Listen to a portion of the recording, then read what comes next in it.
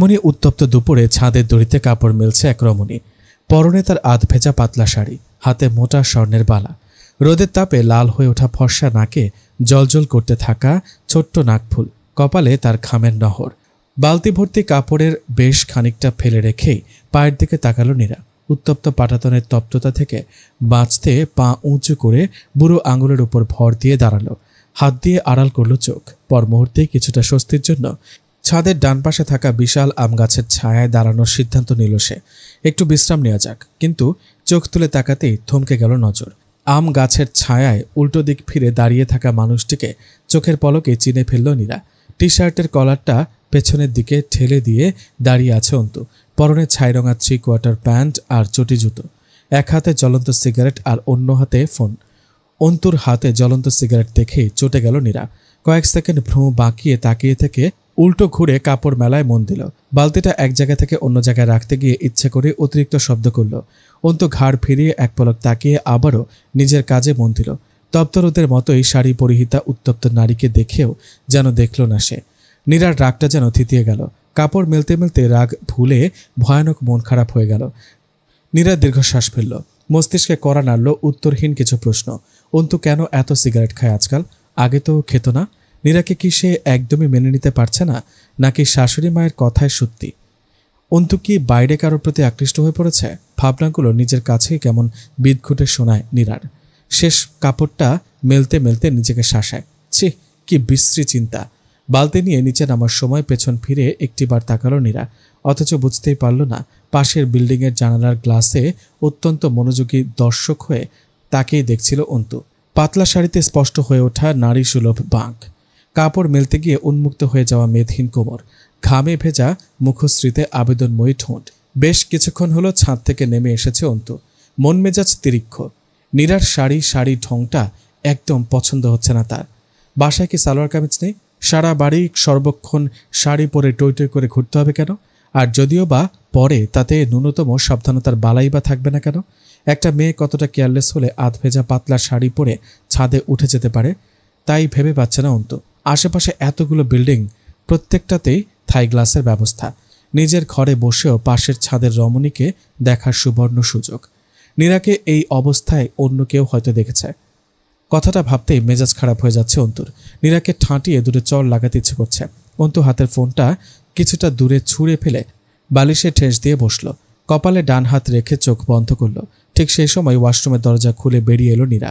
দরজার শব্দে হাত সরিয়ে চোখ খুলল অন্তু। ওয়াশরুমের দরজার দিকে তাকাতে ভ্রু কুঁচকে এলো। বিগড়ে থাকা মেজাজটা এবার চূড়ান্ত বিগড়ে গেল। নীরার গায়ে আবারও পাতলা শাড়ি। গোসল সেরে বেরিয়েই অন্তুর শীতল চাহনির খপ্পরে পড়ে কিছুটা ভরকে গেল নীরা। কিছু বুঝতে না পেরে ভীত চোখে চেয়ে রইল। অন্তু কিছু বলল না। আগের মতোই কপালে হাত রেখে চোখ বন্ধ করল। ভেজা কাপড়গুলো বারান্দায় মেলে দিয়ে ভেতরে আসতেই অয়নের নাম ধরে তার স্বরে ডেকে উঠল অন্তু। অন্তুর হঠাৎ চিৎকারে চমকে উঠল নীরা। তটস্থ চোখে অন্তুর দিকে তাকালো। 2-3 বার ডাকার পর অলস ভঙ্গিতে ভেতরে এলো অয়ন।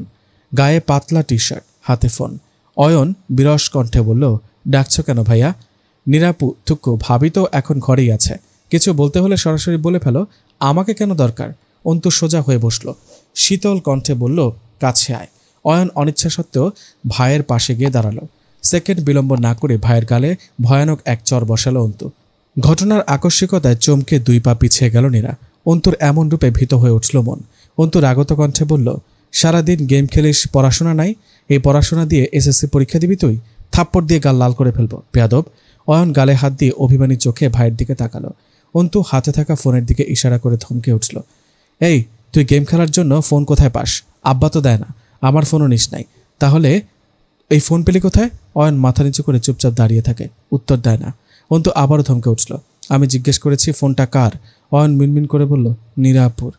অন্তু এবার নীরার দিকে তাকালো। অন্তুর কুঞ্চিত ভ্রু আর শীতল চাহনি দেখেই আত্মা ধরপড় করে উঠল নীরার।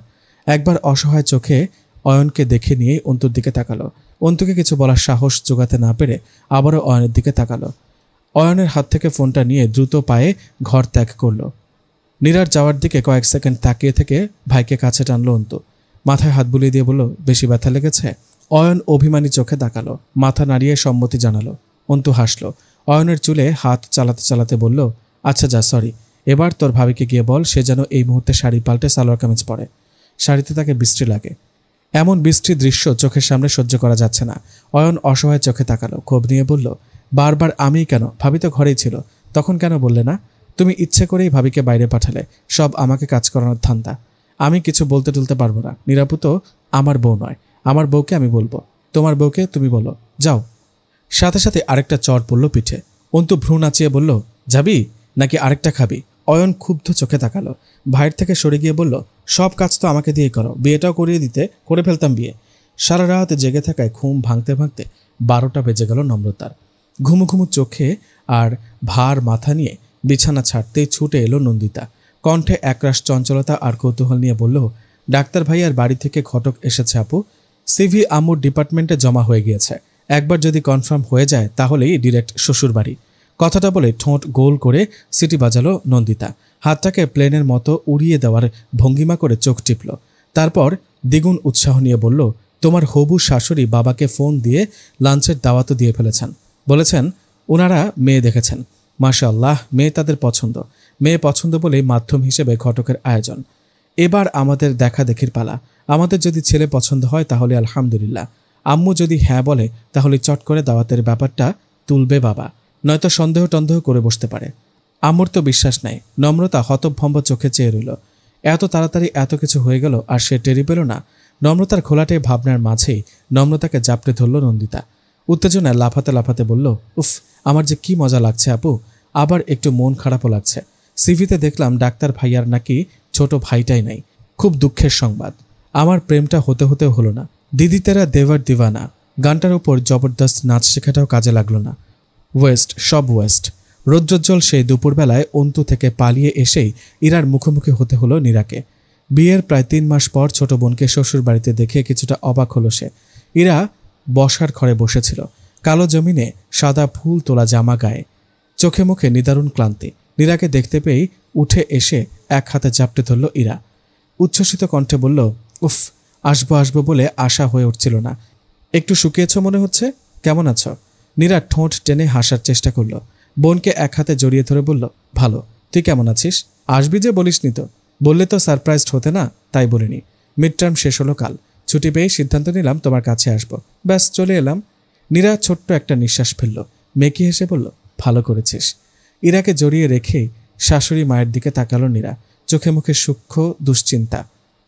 ইরা মেয়েটা অন্যরকম, বুদ্ধিমতী, মুক্তিচেতা, প্রতিবাদী, তীক্ষ্ণ ব্যক্তিত্ব সম্পন্ন। নীরার মতো চুপ থাকা তার ধাতে নেই। মুখের ওপর কঠিন কথা বলে ঝামেলা পাকানোই তার কাজ। সমাজের প্রতি তার তীব্র অসন্তোষ। শাশুড়ি মায়ের সূক্ষ্ম বাঁকা চাহনি চোখে পড়লেও নির্ঘাত ঝামেলা পাকাবে ইরা। জাহানারাও তো থেমে থাকার মানুষ নন, স্বাভাবিক। ভালো কথাও মুখ গোমরা করে বলা তার অভ্যাস। নীরা যেন অকুল পাথরে পড়ল। বোনকে নিয়ে দুশ্চিন্তায় কাটা হয়ে রইল বুক। ইরার জন্য খাবার দাবারের ব্যবস্থা করো বৌমা, তার আগে ঠান্ডা শরবত করে দাও। এই গরমে অতটুকু জার্নি করে এসেছে। জাহানারা এমন সুন্দর স্বাভাবিক ব্যবহারে মনে মনে অসংখ্য ধন্যবাদ দিল নীরা। মৃদু কণ্ঠে বলল, আচ্ছা মা। ইরা হেসে বলল, ওসব শরবত টরবত লাগবে না, তুমি বরং আমায় একটা ওয়াশরুম দেখিয়ে দাও, লম্বা একটা শাওয়ার নেব, ঘামে শরীর চটচট করছে। কথাটা বলে থামল ইরা। সোফা থেকে নিজের হ্যান্ড ব্যাগটা তুলে নিতে নিতে প্রশ্ন ছুড়ল, ভাইয়া আছে নাকি বাসায়? ভাইয়ার সাথে তো দেখা হলো না। নীরা অন্তুর নামটা উচ্চারণ করতে গিয়েও থেমে গেল। আর চোখে শাশুড়ির দিকে চেয়ে নিজেকে সংযত করল। শান্ত কণ্ঠে বলল, তোর ভাইয়া রুমেই আছে, দেখা করবি, চল। জাহানারা উঠে রান্নাঘরের দিকে চলে যেতেই দৌড়ে এলো অয়ন। এক হাত গালে রেখে মুখ গোমরা করে নীরার দিকে তাকালো। নীরা তার চুপসে যাওয়া মুখটির দিকে চেয়ে বলল, আরও খেয়েছিস? অয়ন দুঃখ ভরা মন নিয়ে সম্মতি জানালো। প্রচণ্ড মন খারাপ নিয়ে বলল, তুমি শাড়ি পাল্টে সালোয়ার কামিজ না পরলে আবারও মারবে। ভাইয়া তোমাকে শাড়ি পরতে নিষেধ করেছে। অয়নের বলা কথাটা জাহানারা কানে নিয়ে পৌঁছাতেই রান্নাঘর থেকে ধমকে উঠলেন তিনি। কেন, বউ কি পরবে সেটাও কি ঠিক করে দেবে?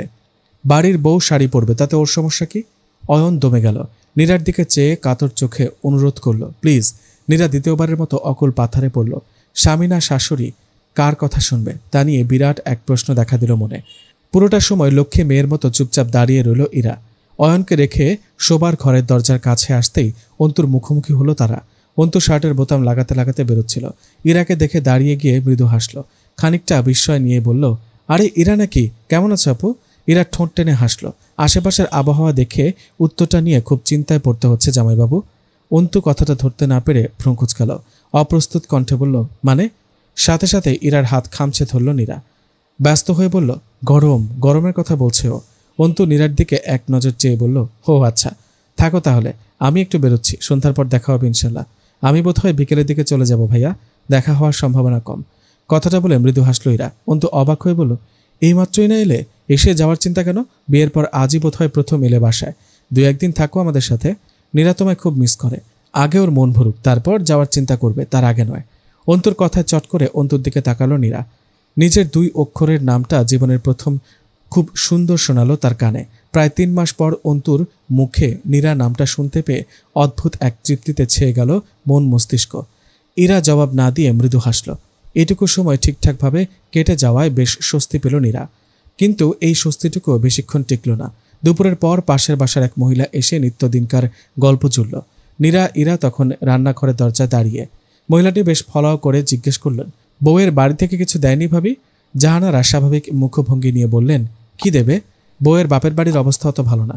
5-6 বছর আগে বাপ মারা গেছে। মহিলা অবাক হয়ে বললেন, তাই বলে কিছুই দেবে না? আমাদের বাসায় কাজ করতে চম্পা নামের মেয়েটা, এই মাসে ওর বিয়ে হলো। ওর বিয়েতে আমাদের বাবুর বাপই তো প্রায় 30,000 টাকা দিল। জামাইকে 1 লক্ষ টাকা আর একটা মোটরসাইকেল দিয়েছে বিয়েতে। বিবেক বলেও তো একটা কথা আছে, এমনি কিভাবে পাঠিয়ে দেয় মেয়েকে? এইটুকু শুনেই মেজাজ খারাপ হয়ে গেল ইরার। নীরা চোখের ইশারায় বোনকে শান্ত থাকার জন্য অনুরোধ করল। ইরা রাগে ফুঁসতে ফুঁসতে চুপ করে রইল। জাহানারা বিরস মুখে বললেন, ওদের বিবেকে বাধে নাই তাই দেয় নাই। অন্তু আর অন্তুর আব্বা কেউই এসব দেওয়া নেওয়া পছন্দ করে না। আমার শ্বশুর আব্বাও পছন্দ করতেন না। হাদিসে যৌতুক হারাম। মহিলা এবার দমে গেলেন, মিনমিন করে বললেন, যৌতুক কই ভাবি? এগুলো তো সামাজিকতা। জাহানারা জবাব দিলেন না। ইরা বোনের প্রতি বিরক্ত হয়ে শোবার ঘরের দিকে পা বাড়ালো। কিছুটা গিয়েই থমকে দাঁড়ালো। কানে এলো মহিলার কিছু কুৎসিত ভাবনা। ভাবি, শুনলাম বউ নাকি আপনার ছেলের থেকে বড়। কি একটা জামানা আসছে বলুন তো ভাবি।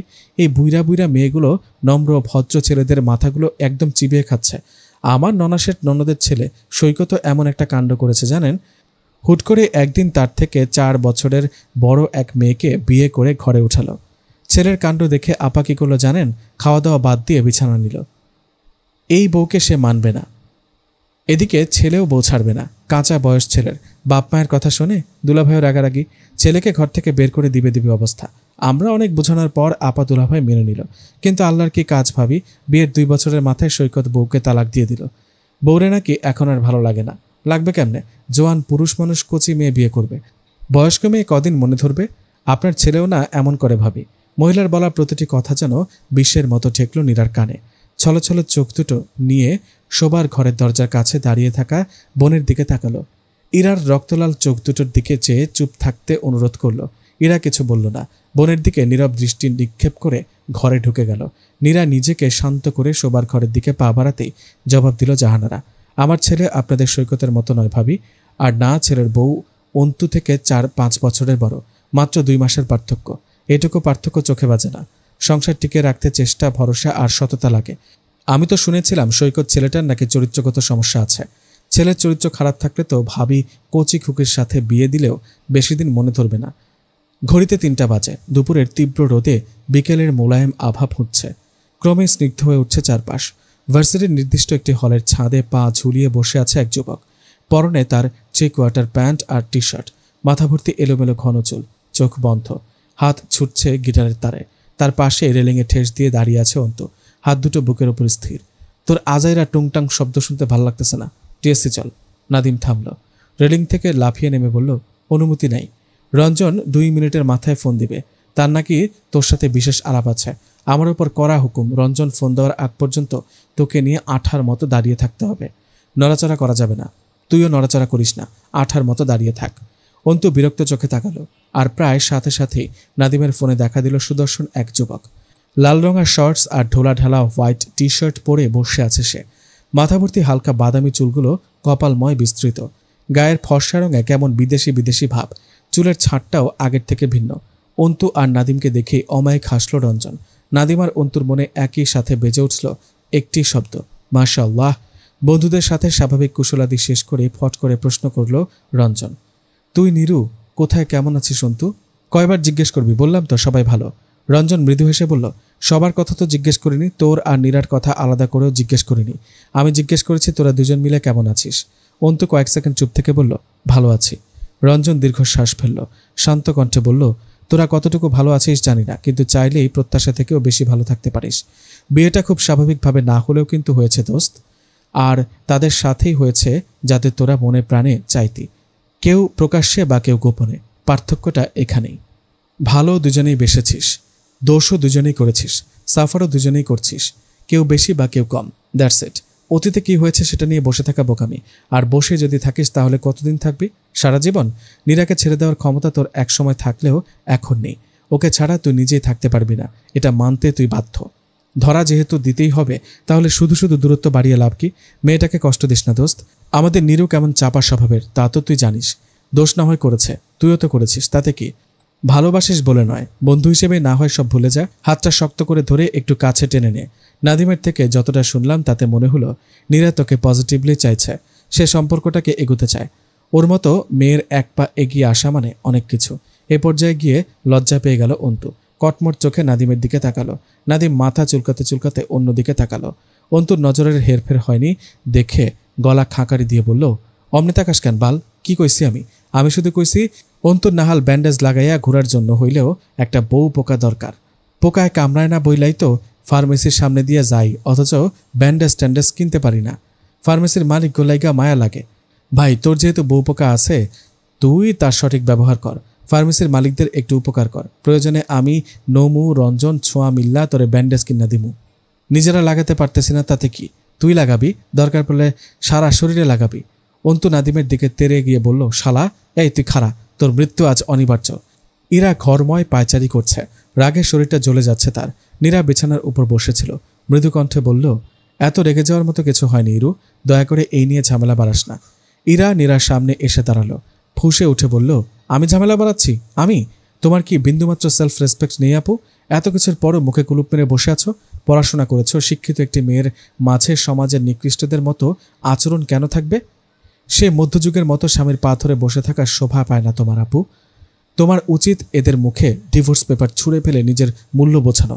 ঘরের বউ বলে যা ইচ্ছে তাই করবে, যা ইচ্ছে তাই বলবে। বিয়ে করে কি কিনে নিয়েছে নাকি? কি পড়বে, কি খাবে সেটা ওরা ঠিক করে দেওয়ার কে? Fucking the system. ইরু হাসতে। ইরা আরও চেতে উঠল এবার। বোনের দিকে চেয়ে গলা উঁচু করে বলল, আসতে? কেন কেন আসতে বলবো? মিথ্যা কিছু বলেছি? তোমার মতো সতী সাবিত্রীদের জন্যই মেয়েদের আজ এই অবস্থা। সত্য কথা বলতে ভয় কিসের? কিসের এত ভয় পাও তুমি? ওদের সাহস কি করে হয় তোমার বয়স নিয়ে কথা বলার? আমরা তাদের পায়ে ধরেছিলাম তোমাকে বিয়ে করার জন্য। তাদের ছেলে যে এত সব কাণ্ড করলো সেগুলো তাদের চোখে পড়ে না? তোমার জায়গায় আমি থাকলে এমন স্বামী সংসারকে লাথি দিয়ে নিজেদের অবস্থান বোঝাতাম। এনিওয়ে, তুমি যে দিন রাত এসব কথা শুনে পেট ভরাচ্ছ তা তোমার ফেরেস্তার মতো স্বামী জানে, নাকি এসব তার ইন্ধনই চলছে? ইরার কথায় কোনরূপ উচ্চবাচ্য করল না নীরা। শান্ত চোখে চেয়ে বলল, তোর ভাইয়া কিছু জানে না, এসব জানার প্রয়োজনও তার নেই। গলার স্বর নিচু করে চুপচাপ বস। উচ্চবাচ্য করলেই সব সমস্যার সমাধান হয় না ইরু। ইরা জবাব দিল না, চোখ মুখ শক্ত করে চুপচাপ দাঁড়িয়ে রইল। নীরা নরম কণ্ঠে বলল, তোর দৃষ্টিভঙ্গি থেকে চিন্তা করলে আমার সেলফ রেসপেক্ট নেই। আমার স্বামী সংসার ছেড়ে বেরিয়ে যাওয়া উচিত, কিন্তু বেরিয়ে যাব তো যাব কোথায় সেটা তো বললি না। বিয়ে ভাঙার পর কম অপদস্থ হতে হয়নি আমায়। নিজের জন্মদাত্রী মায়ের কাছে উঠতে বসতে জ্বালা ধরা কথা শুনতে হয়েছে। মায়ের কথা সহ্য করতে পারলে শাশুড়ি মায়ের ঝাঁজ কেন সহ্য করতে পারবো না ইরু? উনি শাশুড়ি বলে জামা কাপড়ের প্রতি মায়ের দেওয়া রেস্ট্রিকশন মেনে চলতে পারলে শাশুড়ি মায়ের রেস্ট্রিকশন মানতে দোষ কি? আচ্ছা, ওসব বাদ দে। ধর আমি তোর ভাইয়াকে ডিভোর্স দিলাম, কিন্তু তারপর? তোর উত্তর হবে, পড়াশোনা করেছি, নিজের খরচ চালানোর যোগ্যতা আমার আছে। কিন্তু বাংলাদেশের প্রেক্ষাপট অনুযায়ী পড়াশোনা করলে কি চাকরি পাওয়া সম্ভব? সব শিক্ষিতদের চাকরি দেওয়ার যোগ্যতা কি সরকারের আছে? ধর চাকরিটাও পেয়ে গেলাম, কিন্তু আমার সেফটি? দিন শেষে কে হবে একটু ভরসা? আমার মা, ভাই, অথবা তুই? একবার বিয়ে ভাঙার পরপরই যারা সমাজের রোষানলে পড়ে প্রায় ছাড়তে চলেছিল আমায়, তারা কি শেষ পর্যন্ত এই সোকল্ড ডিভোর্সি মেয়ের পাশে থাকবে বলে তোর ধারণা? থাকবে না ইরু, কেউ থাকবে না, এমনকি তুইও না। ইরা কিছু বলার জন্য মুখ খুলতেই তাকে থামিয়ে দিল নীরা। ভীষণ ধৈর্য নিয়ে ছোট বোনকে বোঝানোর চেষ্টা করলো, সব জায়গায় প্রতিবাদ করতে নেই ইরু, সব প্রতিবাদ সুখ ডেকে আনে না। মাঝে মাঝে সহ্য করে নিতে হয়, মানিয়ে নিতে হয়। ইরা ক্রুদ্ধ কণ্ঠে বলল, সহ্য? এটা সহ্যের পর্যায়ে পড়ে বলে তোমার ধারণা? উঠতে বসতে নিজের যোগ্যতা, পরিবার, ভূষণ ভাষণ নিয়ে খোঁটা খেয়ে চলা তোমার কাছে মানিয়ে নেওয়া? সারা জীবন এভাবে মানিয়ে মানিয়েই কাটিয়ে দেবে তুমি? সারাদিন গাধার মতো খাটছ, তাদের তালে তালে নাচছ, তবুও প্রাপ্য সম্মানটুকু নেই। এটা বাড়ির বউয়ের নমুনা? এমন হলে আমি কারো বাড়ির বউ হতে চাই না। এমন নিকৃষ্ট জীবন থেকে একটা গৃহপালিত পশুর জীবনও বেশি প্রেফার করব আমি। তাদের অন্তত 2 লোকমা ভাতের বিনিময়ে উঠতে বসতে অপমান গিলতে হয় না। তোমাদের এই মানিয়ে নেওয়া তদবিরের জন্যই সমাজের এই অবস্থা। আজ তুমি মানিয়ে নিচ্ছ, কাল তোমার মেয়ের মাথাতেও এই একই বীজ ঢুকাবে, পরশু সেও মানিয়ে নেবে। এই মানিয়ে নেওয়ার ট্রেন্ডগুলো দিয়ে সমাজটাকে দুমড়ে মুচড়ে দিচ্ছে তোমার মতোই কিছু সতী সাবিত্রী। নিজের জীবনটা নরক বানানোর পাশাপাশি নিজের ভবিষ্যৎ সন্তানের জীবনটাও নরক বানাচ্ছ। তোমার নিজের প্রতি ঘৃণা আসছে না আপু? নীরা স্তম্ভিত চোখে চেয়ে রইল। ইরা নিজের রাগ ধরে রাখতে না পেরে মুখ ফুলিয়ে শ্বাস নিল। নীরার সামনে চেয়ার টেনে বসল। টেবিলের সামনে থেকে চেয়ার টেনে নিতেই প্রচণ্ড শব্দ হলো মেঝেতে। ইরা ক্ষোভ নিয়ে বলল, তুমি একসময় আমার আইডল ছিলে আপু। পড়াশোনা চালিয়ে যাওয়ার জন্য যে সংগ্রামটা তুমি করেছিলে, যে সাহসটা দেখিয়েছিলে, সেই সাহসটা ছিল আমার অনুপ্রেরণা। আমার ভেতরটা বদলে গিয়েছিল আপু। আমি বিশ্বাস করতে শুরু করেছিলাম তুমি অন্যরকম, সমাজের বিশ্রী নিয়মগুলোতে বাঁধা পড়ার মানুষ তুমি নও। কিন্তু আমি ভুল, তুমি পাল্টে গিয়েছ আপু। আজ এতদিন পর তোমাকে আমার মেরুদণ্ডহীন বলে মনে হচ্ছে, আত্মসম্মানহীন বলে মনে হচ্ছে। আর এমন একজন মানুষের জন্য মেরুদণ্ডহীন হয়ে পড়েছ যার কাছে তোমার বিন্দুমাত্র সম্মানটুকু নেই। আমি বিস্মিত হয়ে দেখছি একটা মানুষ কিভাবে তার ভাইকে নিজের স্ত্রীর ড্রেস আপের কথা বলতে পারে। নিজের স্ত্রীর পোশাক নিয়ে আলোচনা কি ভাইয়ের সাথে শোভা পায়? কতটা কাপুরুষ সে ব্যক্তি! ছি! নীরার চোখ দুটো টলমল করে উঠল। বুকের ভেতর কিছু একটা ভেঙে গুঁড়ো হলো। ইরার অনবরত ছুটতে থাকা ঠোঁট দুটোর দিকে ফ্যালফ্যাল করে চেয়ে রইল নীরা। ভাষাহীন অনুভূতিহীন চোখ দুটোতে নামলো ফোঁটা ফোঁটা সাদা বৃষ্টির নহর। সন্ধ্যায় বাড়ি ফিরে মায়ের থমথমে মুখ দেখল অন্তু। 2-1টা প্রশ্ন করেও উত্তর না পেয়ে নিজের রুমের দিকে পা বাড়ালো। দরজার কাছাকাছি আসতেই ব্যাগ হাতে বেরিয়ে এলো ইরা। ইরার থমথমে রাগান্বিত চোখ মুখ দেখে কিছুটা থমকালো অন্তু। হাসার চেষ্টা করে বলল, কি ব্যাপার, ব্যাগ হাতে কোথায় যাচ্ছ? বাড়ি ফিরছি। বাড়ি ফিরছ মানে? এই সন্ধ্যাবেলা একা কিভাবে যাবে তুমি? যেতে যেতে কত রাত হবে ধারণা আছে? আজ রাতটা আপাতত থাকো, আমি না হয় কাল পৌঁছে দেব তোমায়। ইরা তীক্ষ্ণ চোখে তাকালো, তাচ্ছিল্য নিয়ে বলল, যাকে সঙ্গ দেওয়ার কথা তার খোঁজটাও তো নিতে পারেনি ভাইয়া। অযথা আমার প্রতি মায়া দেখিয়ে কি লাভ? কাপুরুষদের পুরুষসুলভ অভিনয় আমার একদমই পছন্দ নয় ভাইয়া। ইরার অপ্রত্যাশিত উত্তরে হতবুদ্ধি হয়ে গেল অন্তু। ততক্ষণে দরজার কাছে এসে দাঁড়িয়েছে নীরা। চোখ মুখ ঈষৎ লাল, শাড়ির আঁচল অবিন্যস্ত। নীরা কণ্ঠে কঠোরতা ঢেলে বলল, ভদ্রভাবে কথা বল ইরু। ইরা প্রায় সাথে সাথে উত্তর দিল, এটাই তো আমার সমস্যা আপু, আমি যার তার সাথে ভদ্রতা বজায় রাখতে পারি না।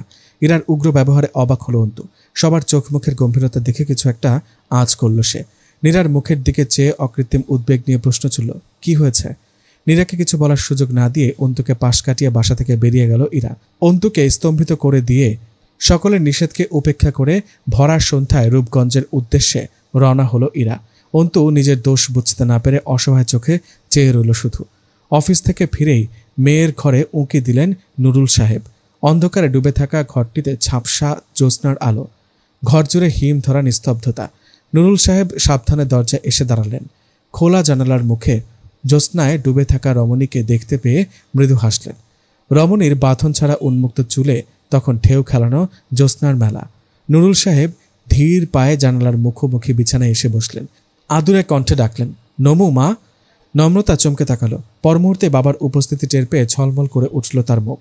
জানালা থেকে সরে গিয়ে বাবার পাশে গিয়ে বসল। হাসি মুখে বলল, শুভ সন্ধ্যা বাবা। নুরুল সাহেব হাসলেন। নম্রতার মাথায় হাত বুলিয়ে দিয়ে বললেন, তোর সাথে কিছু কথা ছিল মা। নম্রতা আগ্রহ নিয়ে তাকালো। নুরুল সাহেব ছোট্ট একটা শ্বাস নিয়ে বলল, তুই কি এখন বিয়ের জন্য তৈরি মা? ডাক্তার আরফানের বাড়ি থেকে বিয়ের সম্বন্ধ এসেছে, আমরা কি এগোবো? নম্রতা উত্তর দিল না। নুরুল সাহেব আবারও বললেন, জীবনটা যেহেতু তোর, জীবন নিয়ে চূড়ান্ত সিদ্ধান্ত হবে শুধু তোর। তোর যদি মনে হয় তুই তৈরি আছিস তাহলে আমরা এগোবো, আর যদি মনে হয় আরও সময় প্রয়োজন তাহলেও কোনো সমস্যা নেই। আমার কাছে সবচেয়ে ইম্পর্ট্যান্ট হলো তোর হ্যাপিনেস। তুই খুশি তো পৃথিবী খুশি। ভেবেচিন্তে সিদ্ধান্ত নে, কোনো তাড়াহুড়ো নেই। নুরুল সাহেবের কথা শেষ হতেই চোখ ধাঁধানো আলোয় ভরে গেল ঘর। নম্রতা আর নুরুল সাহেব ঘাড় ঘুরিয়ে দরজার দিকে তাকালেন। নম্রতার মা এক হাতে খাবারের ট্রে নিয়ে গটগট করে ভেতরে ঢুকলেন। তার পেছনে পেছনে এলো নন্দিতা। খাবারের ট্রেটা টেবিলের উপর রেখে গম্ভীর কণ্ঠে ঘোষণা করলেন মেহেরুমা, কোনো সিদ্ধান্ত নেওয়ার দরকার নেই। আমি এসব ডাক্তার ফাক্তারের কাছে মেয়ে বিয়ে দেব না। আজ ঢাকা আছে, কাল যদি কোনো পাড়া গায়ে পোস্টিং হয় তখন? বড় আপার ছেলের পোস্টিং কোথায় হয়েছিল দেখনি? ঠিকঠাক সুযোগ সুবিধা পর্যন্ত নেই। ওখানে আমার মেয়ে কেমন করে থাকবে কে জানে? মেয়েকে আমি ঢাকার বাইরে বিয়ে দিয়ে নিশ্চিন্তে ঘুমোতে পারবো? মেয়ের উপর যদি ওরা অত্যাচার করে? মেহরুমার কথায় 3 জোড়া চোখ স্তম্ভিত হয়ে চেয়ে রইল।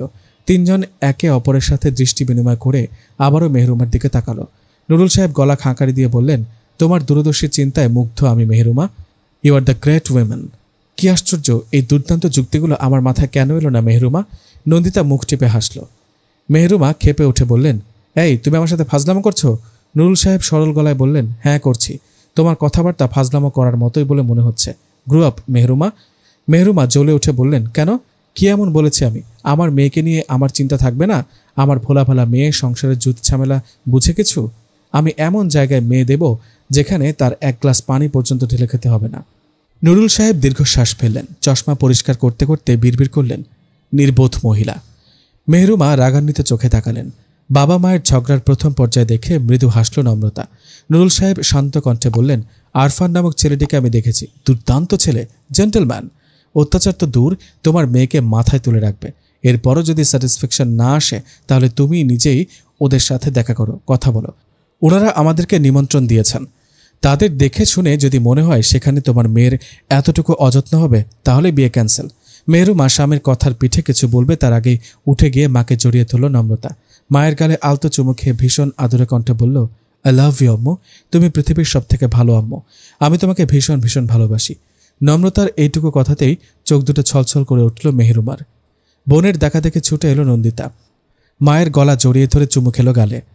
মেয়েদের হাতের ওপর হাত রেখে রুদ্ধ কণ্ঠে বললেন মেহেরুমা, তুমি ওদের মানা করে দাও তো, আমি আমার মেয়েদের বিয়ে শাদী দেব না। নম্রতা হাসল। নন্দিতা তীব্র প্রতিবাদ করে বলল, আমি বিয়ে না করলে আমার হবু বর চিরকুমার থেকে যাবে না?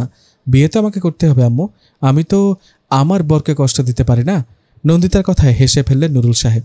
মেহেরুমা তীক্ষ্ণ চোখে তাকালেন। রাগান্বিত কণ্ঠে বললেন, এক চর দিয়ে দাঁত ফেলে দেবো বেয়াদব মেয়ে, সারাদিন বিয়ে বিয়ে করবে না।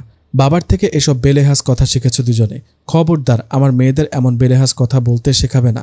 নমুর বাবা। নুরুল সাহেব হাসলেন। হাত বাড়িয়ে মেয়েদের কাছে ডেকে বললেন, বন্ধুদের সাথে যে কথাগুলো অনায়াসে বলা যায় সে কথাগুলো বাবা মাকে কেন বলা যাবে না মেহেরুমা? বাবা মা সন্তানের সবচেয়ে বিশ্বস্ত বন্ধু। এই কথাটা তো শুধু মুখে মুখে আওড়ালে হবে না, কিছু কিছু ক্ষেত্রে জাস্ট বিহেভ লাইক আ ফ্রেন্ড। আমার মেয়েরা আমার কাছে উন্মুক্ত। লজ্জা ধরে রেখে চুপ থাকতে শেখালে সমস্যা ওদের হবে। দুর্বলতা প্রশ্নগুলো আমার পর্যন্ত পৌঁছাবে না। ওদের বলতে দাও, loving daughters, can you say anything what you want? খাবার টেবিলে থমথমে নিস্তব্ধতা। জাহানারার মুখশ্রী গম্ভীর। খাবার টেবিলের ছোটখাটো কাজগুলোতে প্রকাশ পাচ্ছে তেজ। নীরার শুকনো মুখে ভাতের গামলাটা হাতে নিতেই একরকম ছিনিয়ে নিলেন জাহানারা। আনিসুল সাহেবের পাতে ভাত বেড়ে দিয়ে বাকি কাজটুকু করলেন নিজ হাতে। অন্তু ব্যাপারটা নিঃশব্দে খেয়াল করল। নীরা মৃদু কণ্ঠে বলল, আপনিও বসে পড়েন মা, খাবারগুলো আমি এগিয়ে দিচ্ছি। জাহানারা ক্ষোভ নিয়ে তাকালেন কিন্তু কিছু বললেন না। সন্ধ্যা থেকে নীরাকে চোখে লাগার মতো এড়িয়ে চলছেন তিনি। কোনো কথা বলছেন না, কোনো কাজে হাত লাগাতেও দিচ্ছেন না। নীরা মিনমিন করে আবারও একই কথা বলতেই ধমকে উঠলেন জাহানারা, কেন তুমি এগিয়ে দেবে কেন? যাতে বাপের বাড়িতে গিয়ে বলতে পারো শ্বশুর বাড়িতে শাশুড়ি তোমায় খাটিয়ে মেরেছে, তোমার জীবন নাশ করে দিয়েছে। নীরা মাথা নিচু করে দাঁড়িয়ে রইল। অন্তু বিরক্ত হয়ে বলল, এভাবে কথা বলছো কেন আম্মা? অন্তুর কথায় যেন জ্বলে উঠলেন জাহানারা। সন্ধ্যায় নীরার কথাগুলো কানে না এলেও ইরার কথাগুলো কান এড়ায়নি তার। সেই ক্ষোভ আর রাগ নিয়ে তীক্ষ্ণ কণ্ঠে বললেন, ও খুব খারাপভাবে বলে ফেলেছি, তোর বউয়ের পা ধরে মাফ চাইতে হবে এবার। অন্তু আহত কণ্ঠে বলল, আম্মা। জাহানারা বেগম টলমলে চোখে তাকালেন। আম্মা? কিসের আম্মা? আম্মা মানিস আমারে তুই? বিয়ের 2 দিনের মাথায় বউয়ের আঁচল ধরতে শিখে গিয়েছিস? তোর বউ পটের রানী, তার জন্য এই বয়সে এসে জোয়ান ছেলের সামনে চর খেতে পেরেছি, আর সামান্য পা ধরতে পারবো না? তোর বউকে তো সমঝে চলতে হবে এখন। কত লায়ক হয়ে গিয়েছিস তুই। আজ স্বামীর হাতে চর খেয়েছি, কাল ছেলের হাতে চর খাবো, সমস্যা কই? নীরার মাথা নিচু করে দাঁড়িয়ে রইল। অন্তু হতাশ কণ্ঠে বলল, ছোট্ট একটা কথা ধরে কোথা থেকে কোথায় নিয়ে যাচ্ছ আম্মা? আমারে আম্মা ডাকবি না, আমি কারো আম্মা নই। তোর বউকে নাকি গাধার মতো খাটিয়ে মারি আমি? বিরাট অপরাধ হয়েছে আমার। আজ থেকে তার কোনো কাজ করার প্রয়োজন নেই। স্বামী ছেলের ঘাড়ে বসে খাচ্ছি, জন্ম মূর্খ মানুষ। বউকে কথায় কথায় অপদস্থ করি, ছেলে খেপে গিয়ে 2-4টা চর মারতেই পারে। মাফ করে দে, কাল থেকে সব কাজ আমি করব। কাজ করে 2 মুঠো ভাত জুটলে খাবো, নয়তো খাবো না। ভাতের শেষ লোকমাটা গলা দিয়ে নামল না অন্তুর। মায়ের মুখের দিকে আহত দৃষ্টিতে চেয়ে রইল। আনিসুর সাহেব ধমকে উঠে বললেন, 2 মুঠো জুটলে খাবে মানে কি? তোমার ছেলের পয়সা খাও তুমি? এই বাড়ি তোমার ছেলের? এত লায়েক? নীরার নতশ্রী শুকনো মুখটাতে খেলে গেল অচেনা এক উদ্বেগ। ইরার সেই অবুঝ তেজ যে গুছিয়ে আসা সংসারটাকে আবারও নরক করে দিল, তা কি করে সামলাবে নীরা? বোনের ভালো করতে গিয়ে কি ভয়ানক সর্বনাশটা না করে গেল মেয়েটা। ঘড়িতে কয়টা বাজে জানা নেই নীরার। বারান্দায় আজ জ্যোৎস্নাদের মেলা। ঝিরে ঝিরে বাতাসে মৃদু মন্দ ঠান্ডা ভাব। বারান্দার এক কোণায় টুলের ওপর বসে আছে নীরা। উদাসী দৃষ্টিতে চেয়ে আছে তারা ভর্তি আকাশে। শাড়ির আঁচলটা গড়িয়ে আছে মেঝেতে। হাত খোপা করা চুলগুলো আজ উন্মুক্ত। গালের ওপর শুষ্ক জলের ধারা। বেশ কিছুক্ষণ অনুভূতিশূন্যভাবে বসে থেকে 2 হাতে মুখ ঢাকল নীরা। বুক বেয়ে বেরিয়ে এলো দীর্ঘশ্বাস। নিজের জীবনটাকে আরও একবার বোঝা বলে বোধ হলো তার। বেঁচে থাকাটা বড়ই নিষ্প্রয়োজন, অযথা বলে মনে হতে লাগলো। প্রিয়দের জীবনে নিজেদের জন্য বিন্দুমাত্র মিষ্টতা খুঁজতে খুঁজতে যখন ক্লান্ত হয়ে পড়ল, ঠিক তখনই অন্য কারো উপস্থিতি টের পেল নীরা। মুখ থেকে 2 হাত সরাতে বারান্দার দরজায় অন্তুকে দাঁড়িয়ে থাকতে দেখল সে। নীরাকে অবাক করে দিয়ে ধীরে ধীরে পায়ে এগিয়ে এলো অন্তু। মেঝেতে হাঁটু গেড়ে নীরার মুখোমুখি বসল। নীরার হাত দুটো আলতো করে নিজের হাতে তুলে নিয়ে চোখে চোখ রাখল। নীরার বিস্মিত স্তম্ভিত চোখ দুটো থেকে গড়িয়ে পড়ল 2 ফোঁটা টসটসে জল। অন্তু দীর্ঘশ্বাস ফেলল। নীরার ডান হাতটা হাতের মুঠোয় নিয়ে চুমু খেল তার হাতে। নরম কণ্ঠে বলল, আম্মা এত রেগে আছেন কেন? কি হয়েছিল সন্ধ্যায়? স্তম্ভিত নীরা জবাব দিতে পারল না। স্থির চেয়ে রইল অন্তুর চোখে মুখে। পুরো ব্যাপারটা নীরার কাছে অবিশ্বাস্য। স্বপ্ন বলে বোধ হচ্ছে। অন্তু একটা হাত নীরার গালের উপর রাখল। নিশ্চয়ই কিছু ঘটেছিল, না বললে জানবো কি করে? ইরার সাথে কিছু হয়েছে? এবারও জবাব দিল না নীরা। তার শরীর কাঁপছে। এই স্বপ্নটা যদি সত্যিই হয়, সেই ভয়ে শরীর কাঁপিয়ে কান্না পাচ্ছে। অন্তু আগের মতোই নরম স্বরে ডাকল, নীরু। অন্তুর এই ছোট্ট ডাকে ডুকরে কেঁদে উঠল নীরা। চেয়ার ছেড়ে মেঝেতে বসে ভয়ে ভয়ে মাথা রাখল অন্তুর বুকে। অন্তু বাধা দিল না। মাথায় হাত বুলিয়ে তাকে শান্ত করার চেষ্টা করল। এই এত বছর পর নিজের খোলস ভেঙে বেরিয়ে এলো নীরা। অন্তুর একটু আদর, একটু প্রশ্রয় পেয়ে বুকের সব কষ্টগুলো এই প্রথমবারের মতো প্রকাশ করল সে। রুদ্ধ কণ্ঠে বলল, আমার আর সহ্য হচ্ছে না। এই সংসার, এই জীবন আর ভালো লাগছে না। যতই নিজেকে মানিয়ে নেওয়ার চেষ্টা করছি, ততই সমস্যায় জড়িয়ে পড়ছি। নিজেকে এত উটকো কেন লাগছে আমার? কারো জীবনে বিন্দুমাত্র মিষ্টতা নেই আমার জন্য। সারাদিন চাতক পাখির মতো অপেক্ষা করি, কখন অন্তু ফিরবে, কখন আমার সাথে একটু হেসে কথা বলবে। কিন্তু অন্তু তো কখনো আমার কাছে ফিরে না। আমি এই অন্তুকে প্রচণ্ড ভয় পাই। তার দিকে তাকাতে ভয় পাই, তাকে ছুঁতে ভয় পাই। এটুকু বলে থামল নীরা। ক্লান্ত কণ্ঠে বলল, আমি ক্লান্ত অন্তু। আমার আর বেঁচে থাকতে ইচ্ছা করছে না, একটুও না। অন্তু দীর্ঘশ্বাস ফেলল। নীরার চুলে আলতো হাত বুলিয়ে দিয়ে ফিসফিসিয়ে বলল, সরি। প্রেমিক হিসেবে সরি, হাজব্যান্ড হিসেবে সরি, বন্ধু হিসেবে আই এম এক্সট্রিমলি সরি দোস্ত। নীরা মাথা তুলে তাকালো। চোখ ভর্তি বিস্ময় নিয়ে ফ্যাল ফ্যাল চোখে চেয়ে রইল। অন্তু নীরার আঁচলটা ঠিক করে দিতে দিতে বলল, কি হয়েছিল সন্ধ্যায়? নীরাকে স্থির তাকিয়ে থাকতে দেখে চোখের ইশারায় বলতে বলল অন্তু। বহুদিন বাদে অন্তুর চোখ দুটো যেন চিরপরিচিত হয়ে উঠল নীরার চোখে। ইরা আসার পর একের পর এক ঘটে যাওয়া ঘটনাগুলো যতটা সম্ভব সংক্ষিপ্ত করে বলে ফেলল নীরা। অন্তুর কপালে মৃদু কুঞ্চন দেখা দিল। বেশ কিছুক্ষণ নীরব থেকে কিছু একটা ভাবল। নীরাকে ভীত চোখে তাকিয়ে থাকতে দেখে হাসার চেষ্টা করল অন্তু। মুখ ফুলিয়ে শ্বাস নিয়ে উঠে দাঁড়ালো। নীরার দিকে হাত বাড়িয়ে দিয়ে বলল, ইটস ওকে, আমি আম্মাকে সামলে নিব। আম্মা উপরে শক্ত হলেও ভেতরে খুব নরম। ইরার ওভাবে কথাগুলো বলা উচিত হয়নি। আম্মা কষ্ট পেয়েছেন। আম্মাকে আমি প্রচণ্ড ভালোবাসি নীরা। অতটা ভালো এখনও কাউকে বেশি উঠতে পারেনি। এটুকু বলে থামল অন্তু। মুখ কাচুমাচু করে অন্যদিকে তাকালো। তারপর ছটফট করেই বলে ফেলল, তাই বলে বউকে যে খুব কম ভালোবাসি তেমনটাও নয়। কথাটা শেষ করে বারান্দা থেকে ভেতরে ঘরে গেল অন্তু। নীরা স্তব্ধ চোখে দেখল নতুন অন্তুর নতুন সূর্যোদয়। পার্পল রঙের গাউন গায়ে স্থির বসে আছে ছোঁয়া। কাজের মেয়েটি চুল বাঁধছে। সিথি হক তীক্ষ্ণ চোখে লিপস্টিক পর্যবেক্ষণ করছেন। পার্পল রঙের জামার সাথে লাল খয়েরি নাকি পার্পল রঙের লিপস্টিক লাগানো যেতে পারে, তা নিয়ে মারাত্মক দোটানায় পড়েছেন। ছোঁয়া মনে মনে নিজেকে উত্তেজিত করার চেষ্টা চালাচ্ছে, কিন্তু কাজের কাজ কিছুই হচ্ছে না। উত্তেজিত হওয়ার বদলে ক্রমেই ঝিম ধরে আসছে মন। 1 সপ্তাহ পরই বিয়ের তারিখ ঠিক করেছেন বাবা মা। সাইম ব্যস্ত মানুষ, অত ছুটি সে পাবে না। তাছাড়া বিয়ের পর হানিমুন বললেও একটা ব্যাপার আছে। সাইমের পছন্দ অনুযায়ী দুর্দান্ত কিছু হানিমুন সুইটসও ঠিক করে ফেলেছেন বড় খালামণি আর সিথি হক।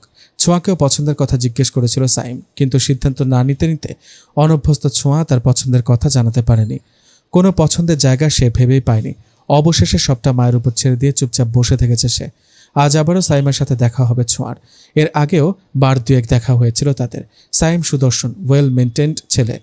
ভার্সিটির প্রফেসর হওয়ায় কথাবার্তায় সবসময় প্রফেসর প্রফেসর ভাব। তাদের যেদিন প্রথম দেখা হলো সেদিন সাইমের প্রথম প্রশ্ন ছিল, টাইম ট্রাভেল সম্পর্কে এক্স্যাক্ট ধারণা কি আপনার? ছোঁয়া কিছুটা ভেবাচাকা খেয়ে গিয়েছিল এমন প্রশ্নে। কেউ যে হবু বউয়ের সাথে দেখা করতে এসে এমন উদ্ভট প্রশ্ন করতে পারে তা যেন ধারণাতে ছিল না ছোঁয়ার। ছোঁয়াকে চুপচাপ বসে থাকতে দেখে মৃদু হেসে কফি কাপে চুমুক দিয়েছিল সাইম। গম্ভীর কণ্ঠে বলেছিল, আপনার বড় খালামণি বলেছিলেন আপনি নাকি প্রচণ্ড পড়াকু মেয়ে। বড় খালামণির কথাটা সম্পূর্ণ সত্য বলে মনে হচ্ছে না। তারপরের সময়টুকু দক্ষ শিক্ষকের মতো টাইম ট্রাভেল সম্পর্কে বুঝিয়েছে সাইম। ছোঁয়া বুঝেছে। রেস্টুরেন্ট থেকে বাড়ি ফিরে আপাদমস্ত ক্লাস শেষ করে ফিরে আসার মতো অনুভূতি হয়েছে ছোঁয়ার। অথচ সে ভেবেছিল ডেট নামক বিষয়টা ভীষণ উত্তেজনাপূর্ণ হয়। স্মৃতিহক রুম থেকে বেরিয়ে যেতেই ফোন হাতে নিল ছোঁয়া। নম্রতা নীরাকে ফোনে না পেয়ে নাদিমকে ফোন লাগালো। 3 বারের মাথায় ফোন উঠালো নাদিম। প্রচণ্ড বিরক্ত হয়ে বিসমিল্লাতে 2-3টা বিশ্রী গালি উপহার দিয়ে বসল সে। ছোঁয়া সেসব তোয়াক্কা না করে বলল, তুই কখনো ডেটে গিয়েছিস? ছোঁয়ার প্রশ্নে যেন আকাশ থেকে পড়ল নাদিম।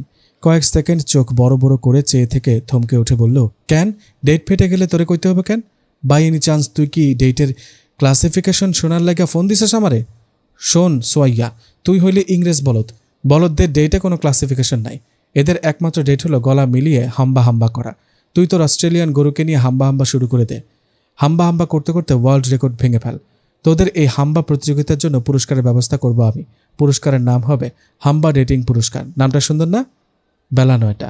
রমনার নিজস্ব অফিসে বসে আছেন নুরুল সাহেব। টেবিলের ওপর ধোঁয়া ওঠা চায়ের কাপ আর খুলে রাখা অমীমাংসিত ফাইল। নাকের ডগায় চশমা রেখে ফাইলের প্রতিটি লাইন খুঁটিয়ে খুঁটিয়ে দেখছিলেন তিনি। এমন সময় দরজা ঠেলে ভেতরে ঢুকলো বেয়ারা। ছড়ানো ছিটানো ফাইলগুলো গুছিয়ে নিতে নিতে বিনীত কণ্ঠে বলল, আপনার সাথে একজন দেখা করতে এসেছে স্যার। নুরুল সাহেব ভ্রু কুঁচকালেন, চশমার উপর দিয়ে কুটিল চোখে তাকালেন। বিরক্ত কণ্ঠে বললেন, এত সকালে? অ্যাপয়েন্টমেন্ট ছিল নাকি? নাম কি?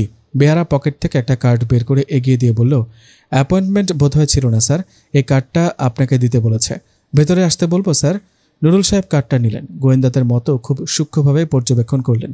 উল্টে পাল্টে দেখে নিয়ে মৃদু মাথা ঝাঁকাতে ঝাঁকাতে বেয়ারার দিকে তাকালেন। আঙুলের ডগা দিয়ে চশমাটা ঠিক করে নিয়ে বললেন, আসতে বলো। বেয়ারা নির্দেশ পেয়ে মাথা হেলিয়ে বেরিয়ে গেল। কয়েক মিনিট পরই দরজায় মৃদু শব্দ হলো। কেউ একজন ভরাট অথচ বিনয়ী কণ্ঠে অনুমতি চাইল। May I coming sir? Nurul সাহেব তাকালেন, কয়েক সেকেন্ড দরজার দিকে চেয়ে থেকে মাথা নাড়লেন, ঠোঁট নেড়ে বললেন, বসুন। আরফান ভেতরে এসে সালাম দিয়ে চেয়ার টেনে বসল। আরফানের কার্ডটা এখনও নুরুল সাহেবের হাতে। নুরুল সাহেব কার্ডটা উল্টে পাল্টে দেখতে দেখতে বললেন, doctor Arfan Alam, lecturer of Dhaka medical college, right? G sir. Sir sir বলছেন কেন? আমি কি আপনার কলেজের প্রফেসর? নুরুল সাহেবের প্রশ্নে কিছুটা অপ্রস্তুত হলো আরফান। হাসার চেষ্টা করে বলল, আপনি একজন সিনিয়র অ্যাডভোকেট, অভিজ্ঞ একজন মানুষ। স্যার ডাকাটাই বোধহয় যথাযথ।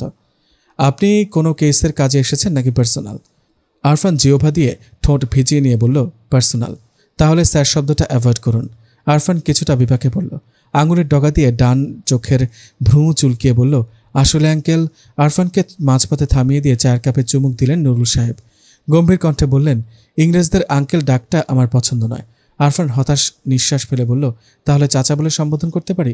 নুরুল সাহেব বিরক্ত কণ্ঠে আওড়ালেন, চাচা? আরফান এবার তীক্ষ্ণ চোখে তাকালো। নুরুল সাহেব ইচ্ছে করে তাকে বিভ্রান্ত করার চেষ্টা করছে বুঝতে পেরে সুপ্ত দীর্ঘশ্বাস ফেলল। মুহূর্তেই মুখভঙ্গি পাল্টে স্পষ্ট কণ্ঠে বলল, আমাকে মেয়ে জামাই বানালে আমি আপনাকে অনায়াসে বাবা ডাকতে পারি স্যার। এটাই হয়তো পৃথিবীর শুদ্ধতম ডাক। নুরুল সাহেব ভ্রু কুঁচকে তাকালেন। আরফানের এমন অপ্রত্যাশিত উত্তরে কিছুটা হোঁচট খেলেন। বেশ কিছুক্ষণ সময় নিয়ে বললেন, আপনি আপনি আপনি বলছেন কেন? আমি তো আপনার মক্কেল নই। কথার মাঝে বাধা পাওয়ায় থমকালেন তিনি। কুঞ্চিত ভ্রু জোড়া আরও খানিকটা কুঁচকে আরফানের দিকে তাকালেন। পর মুহূর্তে হেসে ফেলে বললেন, আমার কথায় আমায় ফিরিয়ে দিলেন। Good, very good. তবে আমি তোমার উত্তরগুলো অন্যরকম আশা করেছিলাম। আরফান মৃদু হেসে বলল, বেয়াদবির জন্য সরি স্যার। নুরুল সাহেব অমায়িক হাসলেন। বেয়ারাকে 2 কাপ চা দিতে বলে কথায় গুলেন। তোমার মা আমাদের বাসায় সিভি পাঠিয়েছেন জানো? জি জানি। তাহলে হঠাৎ আমার সাথে দেখা করার কারণ? নম্রতা জেদ? আরফান হাসল। নুরুল সাহেব আরফানকে চা নিতে ইশারা করে বললেন, আমার স্ত্রী বলে আমি আমার মেয়েদের বিগড়ে ফেলেছি। কথাটা পুরোপুরি মিথ্যা নয়। আমার মেয়েগুলো খুব স্বাধীন চেতা, একরোখা জেদি। আমি কখনো তাদের ডানা কাটিনি, বরং উড়তে দিয়েছি, উড়তে শিখিয়েছি। আমার এই বিগড়ে যাওয়া মেয়ের জন্য পাংচুয়াল, ম্যাচিউর এবং রেসপন্সিবল একজন লাইফ পার্টনার প্রয়োজন, যে আমার মতো তাকে বুঝবে, ডানা কেটে ঘরে না বসিয়ে উঠতে দিবে। কি মনে হয় আমার বিগড়ানো মেয়েটাকে সামলাতে পারবে? আরফান ঠোঁটের কোণে হাসি ধরে রেখে বলল, নম্রতার সাথে আমার পরিচয়টাই হয়েছিল তার চূড়ান্ত অবাধ্যতার বয়সে। কলেজ পড়ুয়া, জেদি, অগোছালো কিশোরী ছিল তখন। আমি তাকে এভাবে ভেবেই অভ্যস্ত। তাকে কখনো শান্ত চুপচাপ মানিয়ে নেওয়া ধরনের মেয়ে হিসেবে কল্পনাই করিনি। আমার দৃঢ় বিশ্বাস আমি তাকে যতটা ভালো রাখতে পারবো অন্য কেউ পারবে না। নুরুল সাহেব জবাব না দিয়ে চুপ করে চেয়ে রইলেন। আরফানের আত্মবিশ্বাসী কথাবার্তা, ব্যক্তিত্ব তীক্ষ্ণ দৃষ্টিতে খেয়াল করলেন। তারপর প্রসঙ্গ পাল্টে বললেন, ডাক্তার হিসেবে তোমাকে আমার খুব পছন্দ হয়েছে। গত মাস থেকে শরীরটা বেশ ঝরঝরে লাগছে, আজকাল চোখেও দেখছি ঠিকঠাক। বাসার সামনে দাঁড়িয়ে কেউ হাই হ্যালো করলে স্পষ্ট দেখতে খুব একটা সমস্যা হবে বলে মনে হয় না। আরফান হেসে ফেলল। প্রসঙ্গটা সম্পূর্ণ এড়িয়ে গিয়ে বলল, মা এসেছেন আমার সাথে, বাইরে অপেক্ষা করছেন, তিনি আপনার সাথে কথা বলতে চান। নুরুল সাহেব অবাক হলেন, ব্যস্ত হয়ে বললেন, সে কি, কোথায়, বাড়ি বসিয়ে রেখেছে কোনো, ডাকো তাকে। এইটুকু বলে নিজে বেয়ারা ডেকে বাইরে থাকা ভদ্র মহিলাকে ভেতরে আসতে বললেন। কিছুক্ষণের মাঝে কালো ডোরাকাটা সাদা শাড়ি পরিহিতা এক ভদ্র মহিলা দরজায় এসে দাঁড়ালেন। নুরুল সাহেব উঠে দাঁড়িয়ে তাকে অভ্যর্থনা জানাতেই অমায়িক হাসলেন ভদ্রমহিলা। দরজা থেকে হেঁটে ভেতর পর্যন্ত আসতেই প্রকাশ পেল তার তীক্ষ্ণ ব্যক্তিত্ববোধ। নুরুল সাহেবের দিকে চেয়ে অমায়িক হেসে বললেন, অসময়ে বিরক্ত করার জন্য মাফ করবেন ভাই সাহেব। কি করি বলুন তো, আপনাদের মেয়ে নিতে চাই। যাদের বুক থেকে জান্নাতের নূর নিতে চলেছি তাদের কি ঘটকের হাতে নিমন্ত্রণ পাঠালে চলে? ভদ্রমহিলার আন্তরিক মিষ্টি কণ্ঠে মোহাচ্ছন্ন হয়ে পড়লেন নুরুল সাহেব। মুহূর্তে সিদ্ধান্ত নিয়ে নিলেন, নম্রতার বিয়েটা তিনি দেবেন। নম্রতা রাজি না থাকলেও দেবেন। এমন একটা ছায়া, এমন একটা মায়ের লোভ আদৌ হাতছাড়া করা যায় না, না কখনোই না। দুপুর গড়াতেই ভার্সিটি থেকে বেরিয়ে এলো নম্রতার বন্ধুরা। অন্তু নীরাকে নিয়ে বাইকে উঠতেই টিএসসির দিকে হাঁটা দিল নাদিম। নম্রতা আর ছোঁয়া। অন্তু আর নীরা চোখের আড়াল হতেই দৌড়ে এসে নাদিমের পাশে ঘেঁষে দাঁড়ালো নম্রতা। নাদিমের বাহুতে জোরে সোরে একটা চর বসিয়ে গদগদ কণ্ঠে বলল, আমি তোকে বলেছিলাম না একমাত্র রঞ্জনী পারবে অন্তুর মাথায় সুবুদ্ধি ঢুকাতে? দেখেছিস, মিলে গেল তো। নাদিমের অপর পাশে পাশাপাশি হাঁটছিল ছোঁয়া। নম্রতার কথা শুনে বেশ কৌতূহল নিয়েই পাশ ঘেঁষে দাঁড়ালো সে। সামনের দিকে ঝুঁকে পড়ে বলল, কেন, অন্তুর মাথায় কি হয়েছিল আবার? ওয়াজ হি সিক? নম্রতা বেশ উৎসাহ নিয়ে বিষয়টা বুঝাতে নিতেই শটান দাঁড়িয়ে পড়ল নাদিম। ভীষণ চোটপাট দেখিয়ে বলল, এই ইংরেজের বাচ্চা, চুপ! শরীরের উপরে পড়ে বর্তমানে জিগাইতাছস ওয়াজ হি সিক? এই তোরা দূরে যায় খাড়া, দুই পাশ থেকে চাইপ্পা স্যান্ডউইচ বানায় ফেলতেছস আমারে, সর! ছোঁয়া চশমা ঠিক করে একটু সরে দাঁড়ালো, কপাল কুচকে বলল, শৈল? হোয়াট ইজ শৈল নমু? নম্রতা কণ্ঠে গাম্ভীর্য আনার চেষ্টা করে বলল, শৈল অর্থ দেহ, যাহাকে অঙ্গ বলে তাহাই হইল শৈল, বুঝেছ? ছোঁয়া কি বুঝলো বোঝা গেল না। কয়েক সেকেন্ড চুপ থেকে বলল, পরশু আমার বিয়ে, তোরা আসবি না? নাদিম চায়ের দোকানে বেঞ্চিতে পা ছড়িয়ে বসে বলল, তখন ছাতার বিয়েতে যাই না, দুই বলদে মিল্লা হাম্বা হাম্বা করবি, ওইনে আমগো মতো মানুষের কাম কি? ছোঁয়া চোখ রাঙিয়ে তাকালো, রাগ নিয়ে বলল, এসব থার্ড ক্লাস ওয়ার্ড আমার সামনে বলবি না। তোর এই থার্ড ক্লাস পার্সোনালিটির জন্য মাম্মা তোকে একদমই সহ্য করতে পারে না। Try to give other respect. ছোঁয়ার কথায় তেরে আসতে নিতে থামিয়ে দিল নম্রতা। মামাকে 3 কাপ চা দিতে বলে নাদিমের পাশে বেঞ্চে গিয়ে বসলো। কপাল কুচকে বলল, 2 সপ্তাহ পর সেমিস্টার ফাইনাল পরীক্ষা, তাও আবার লাস্ট সেমিস্টার। বিয়েটা 2-3 মাস পরে করলে তো পারতি। তোর মা এত তাড়াহুড়ো কেন করছে বুঝলাম না। বর তো আর ভেগে যাচ্ছে না। আরে অস্ট্রেলিয়ান মাল তো, টোটাল হাইব্রিড গরু, কখন উষ্টা খাইয়া মইরা যায় গ্যারান্টি নাই। হেল লাগে এত তাড়াহুড়া, ঠিক কইছি না সোয়াইয়া? কথাটা বলেই ছোঁয়ার মাথায় চাটি মারল নাদিম। ছোঁয়া নাদিমের বাহুতে 2টা থাপ্পড় দিয়ে সরে বসল। তারপর বাধ্য মেয়ের মতো বলল, পরীক্ষার জন্য বিয়েতে এত তাড়াহুড়ো? বিয়েটা হয়ে গেলে সাইম অস্ট্রেলিয়া ফিরে যাবে। আমার পরীক্ষা শেষ হতে হতে ওখানের বাদবাকি ফর্মালিটিসগুলো কমপ্লিট হয়ে যাবে, নয়তো ওখানকার ভার্সিটিতে তো ঠিক টাইমে জয়েন করতে পারবো না। নম্রতা জবাব না দিয়ে চায়ের কাপে চুমুক দিল। যে মেয়ের কাছে বিয়ের আগের দিনও ভার্সিটি আর পড়াশোনা চিন্তায় বড়, সেই মেয়েকে কিছু বলে সময় নষ্ট করার কোনো মানেই হয় না। টেবিলের ওপর থাকা ফোনটা পঞ্চমবারের মতো বেজে উঠতেই বিরক্তি নিয়ে তাকালো আরফান। ফোনটা সাইলেন্ট করে রোগীর কথায় মনোযোগ দেওয়ার চেষ্টা করলো, কিন্তু ঘুরে ফিরে ফোনের ব্যাপারটায় মস্তিষ্কে ছন্দপতন করতে লাগলো বারবার। সকাল থেকে একই নাম্বার থেকে কমপক্ষে 6-7 বার কল করেছে একটি মেয়ে। ফোন দিয়ে কথা না বলে ফুপিয়ে ফুপিয়ে কাঁদছে। কি আশ্চর্য, কে এই মেয়ে? আরফান আর চোখে ফোনের দিকে তাকালো। এই তো, আবারও কল করেছে মেয়েটা। আরফান দীর্ঘশ্বাস ফেলল। তার থেকে কি চাই এই মেয়ে? ঘড়ির কাঁটা 10টা পেরিয়েছে। রান্নাঘরের দরজায় ঠাঁই দাঁড়িয়ে আছে নীরা। আজ বিকেল থেকে মাথা ঘোরানোর ব্যামোটা মাথা চাড়া দিয়ে উঠেছে জাহানারার। কিছুক্ষণ পরপরই চোখের সামনে সব অন্ধকার দেখছেন তিনি। 2-3 বার মুখ পড়ে বমিও করেছেন, তবুও নিজের জেদ বজায় রেখে একা হাতে যাবতীয় কাজ সামলাচ্ছেন সেই সন্ধ্যা থেকে। নীরার পেছনে অসহায় মুখে দাঁড়িয়ে আছে অয়ন। কিছুক্ষণ পরই টেলিভিশনে দুর্দান্ত ক্রিকেট ম্যাচ টেলিকাস্ট হবে। মাকে এই অবস্থায় রেখে টেলিভিশন অন করা ঠিক হবে কিনা বুঝতে পারছে না অয়ন। নীরা মিনমিন করে বলল, আপনার শরীর খারাপ মা, আপনি ছাড়ুন, আমি করছি। জাহানারা জবাব দিল না। ফ্যাকাশে চোখমুখ নিয়েই পানির কল খুলে হাঁড়ি পাতল ধোয়ায় মনোযোগ দিল।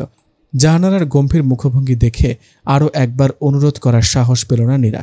বেশ কিছুক্ষণ পর ধৈর্যহারা হয়ে শোবার ঘর থেকে বেরিয়ে এলেন আনিসুল সাহেব। তাকে রান্নাঘরের দরজার কাছে আসতে দেখেই নিজেকে আরও একটু গুটিয়ে নিল নীরা। শশব্যস্তভাবে মাথায় আঁচল টেনে নতমুখে দাঁড়িয়ে রইল এক কোনায়। আনিসুল সাহেব রাগত কণ্ঠে ধমকে উঠে বললেন, রাখো তুমি এসব, ছেলেদের জন্য বহু খেটেছ, আর দরকার নেই। কামাই করে রেঁধে বেড়ে খেতে পারলে খাবে, নয়তো খাবে না। তুমি কেন কাজ করবা সারাদিন? আমি রোজগার করি না? ছেলে ছেলে করে মরে যাও। কোথায় এখন তোমার ছেলে? মাঝরাতেও বাড়ি ফেরার নাম নেই। বিয়ে করে বহু শিয়ানা হয়ে গিয়েছে আজকাল। আনিসুল সাহেবের ধমকা ধমকির মাঝেই বাড়ি ফিরল অন্তু। ক্লান্তিতে শরীরটা ভেঙে আসছে তার। রাত 9টা পর্যন্ত ভার্সিটি লাইব্রেরিতে পড়াশোনা সেরে নাদিমের সাথে 2 কাপ চা আর সিগারেট ধরিয়েছিল অন্তু। বন্ধুর সাথে পারিপার্শ্বিক আলাপচারিতায় চোখের পলকে কেটে গিয়েছে দীর্ঘ 1 ঘন্টা। 10টার দিকে রওনা হয়ে পৌঁছতে পৌঁছতে বাজল 11টা। সারাদিনের অভুক্ত শরীরে সিগারেট খাওয়ায় পাক দিয়ে ধরেছে পাকস্থলীর নিম্নভাগ। মাথায় ঘুরছে পরীক্ষা, চাকরি, সংসার নিয়ে হাজারো চিন্তা। বাইকে তেল শেষ, অথচ হাতে টাকা নেই। ছোঁয়ার বিয়ের জন্য উপহার, আরও কত খরচা, অথচ আয়ের উৎসে পকেট খালি। এমন একটা মানসিক চাপের মাঝে বাড়ির এই হইচই ভীষণ তিক্ত লাগলো অন্তুর। ক্লান্ত শরীরে দাঁড়িয়ে থেকে আনিসুল সাহেবের তিক্ত খোঁটাগুলো হজম করল। কোনরূপ প্রত্যুত্তর করার চেষ্টা না করে রান্নাঘরে ঢুকল সে। জাহানারা হাত থেকে হাঁড়ি পাতিল সরিয়ে নিয়ে আচমকাই মাকে পাঁজা কোলা করে বেরিয়ে এলো। জাহানারা চমকে উঠলেন, বিস্মিত হলেন। অন্তু মাকে বসার ঘরের সোফায় বসিয়ে দিয়ে ফ্লোরে বসল। জাহানারার এক হাত ধরে ক্লান্ত কণ্ঠে বলল, কি করতে হবে বলো, আমি করে দিচ্ছি। আমার বউ ছুলে সমস্যা, আমি ছুলে তো সমস্যা নেই আম্মা। জাহানারা জবাব না দিয়ে হাত টেনে নিলেন। অন্তু হাতটা আবারও নিজের হাতে নিয়ে বলল, সারাদিন খাইনি আম্মা, তুমি তো জানোই তোমার ছেলে ক্ষুধা সহ্য করতে পারে না। বাড়ি ফিরে যদি তোমাকে এই অবস্থায় দেখি তাহলে কি আর খেতে ইচ্ছে করে বলো? ইরার ওভাবে কথা বলা অন্যায় হয়েছে, কিন্তু ইরা অন্যের বাড়ির মেয়ে আম্মা। সে অন্যায় করলে তাকে শাস্তি দেওয়ার অধিকার তো আমার নাই। কাজটা যদি ইরার জায়গায় নীরা করত তাহলে ভিন্ন কথা। আমার বউ আমার মাকে অপমান করলে আমি চুপ করে থাকবো না। আমি বলছি না নীরা নির্দোষ। নীরার উচিত ছিল ইরার ভুলগুলো শুধরে দেওয়া। ও বুঝে উঠতে পারে নাই। এবারের মতো ওকে মাফ করে দাও। শেষ কথাটা বলে নীরার দিকে তাকালো অন্তু। অন্তুর চোখের ভাষা বুঝতে পেরে 2 কদম এগিয়ে এলো নীরা। মৃদু বিনয়ী কণ্ঠে বলল, ইরার বেয়াদবির জন্য আমি সরি মা। আমি ইরাকে বকাবকি করেছি, ওকে এ বাড়িতে আসতেও নিষেধ করেছি। ও আর এখানে আসবে না। আপনি এবারের মতো মাফ করে দিন, আর কখনো এমনটা হবে না। জাহানারা উত্তর না দিয়ে গম্ভীর মুখে বসে রইলেন। অন্তু বায়না ধরা কণ্ঠে বলল, আমি জানি তুমি অনেক কষ্ট পেয়েছ। নীরার মাফ চাওয়াতে সেই কষ্ট কমে যাবে না। তবুও বলছি, রাগ করে থেকো না আম্মা। আমি রাগের মাথায় কত কি করে বসি, তুমি কষ্ট পাও আবার মাফ করে দাও। নীরা তো আমারই বউ, তোমার ছেলের বউ তো তোমার মেয়ের মতোই হলো। এবারে তো মাফ করে দাও। ও আর কখনো তোমায় অসম্মান করে কথা বলবে না। নীরা, খবরদার আম্মাকে অসম্মান করে কোনো কথা যেন না বলা হয়। আমার আম্মা কষ্ট পেলে আমি কিন্তু কাউকে ক্ষমা করব না, মনে থাকবে? নীরা মাথা হেলিয়ে সায় জানালো। জাহানারার চোখ টলমল করে উঠল। চোখের জল ঢাকতে ধমক দিয়ে বললেন, হয়েছে, এখন এত ঢং না করে তোর বউকে বল খাবার দিতে, খেয়ে দিয়ে ঘুমা। আম্মার জন্য এত দরদ দেখাতে হবে না। অন্তু হেসে ফেলল। নীরাকে খাবার দিতে ইশারা করে জাহানারার হাত ধরে রেখেই বলল, তোমার সঙ্গে খাবো। নীরা বলল, তুমি নাকি ভাত ওষুধ কিচ্ছু খাও নাই? টেবিলে খাবার দিতে দিতে মা ছেলের দিকে মুগ্ধ চোখে চেয়ে রইল নীরা। জাহানারা যেমন শাশুড়ি হোক, মা তো মাই হয়।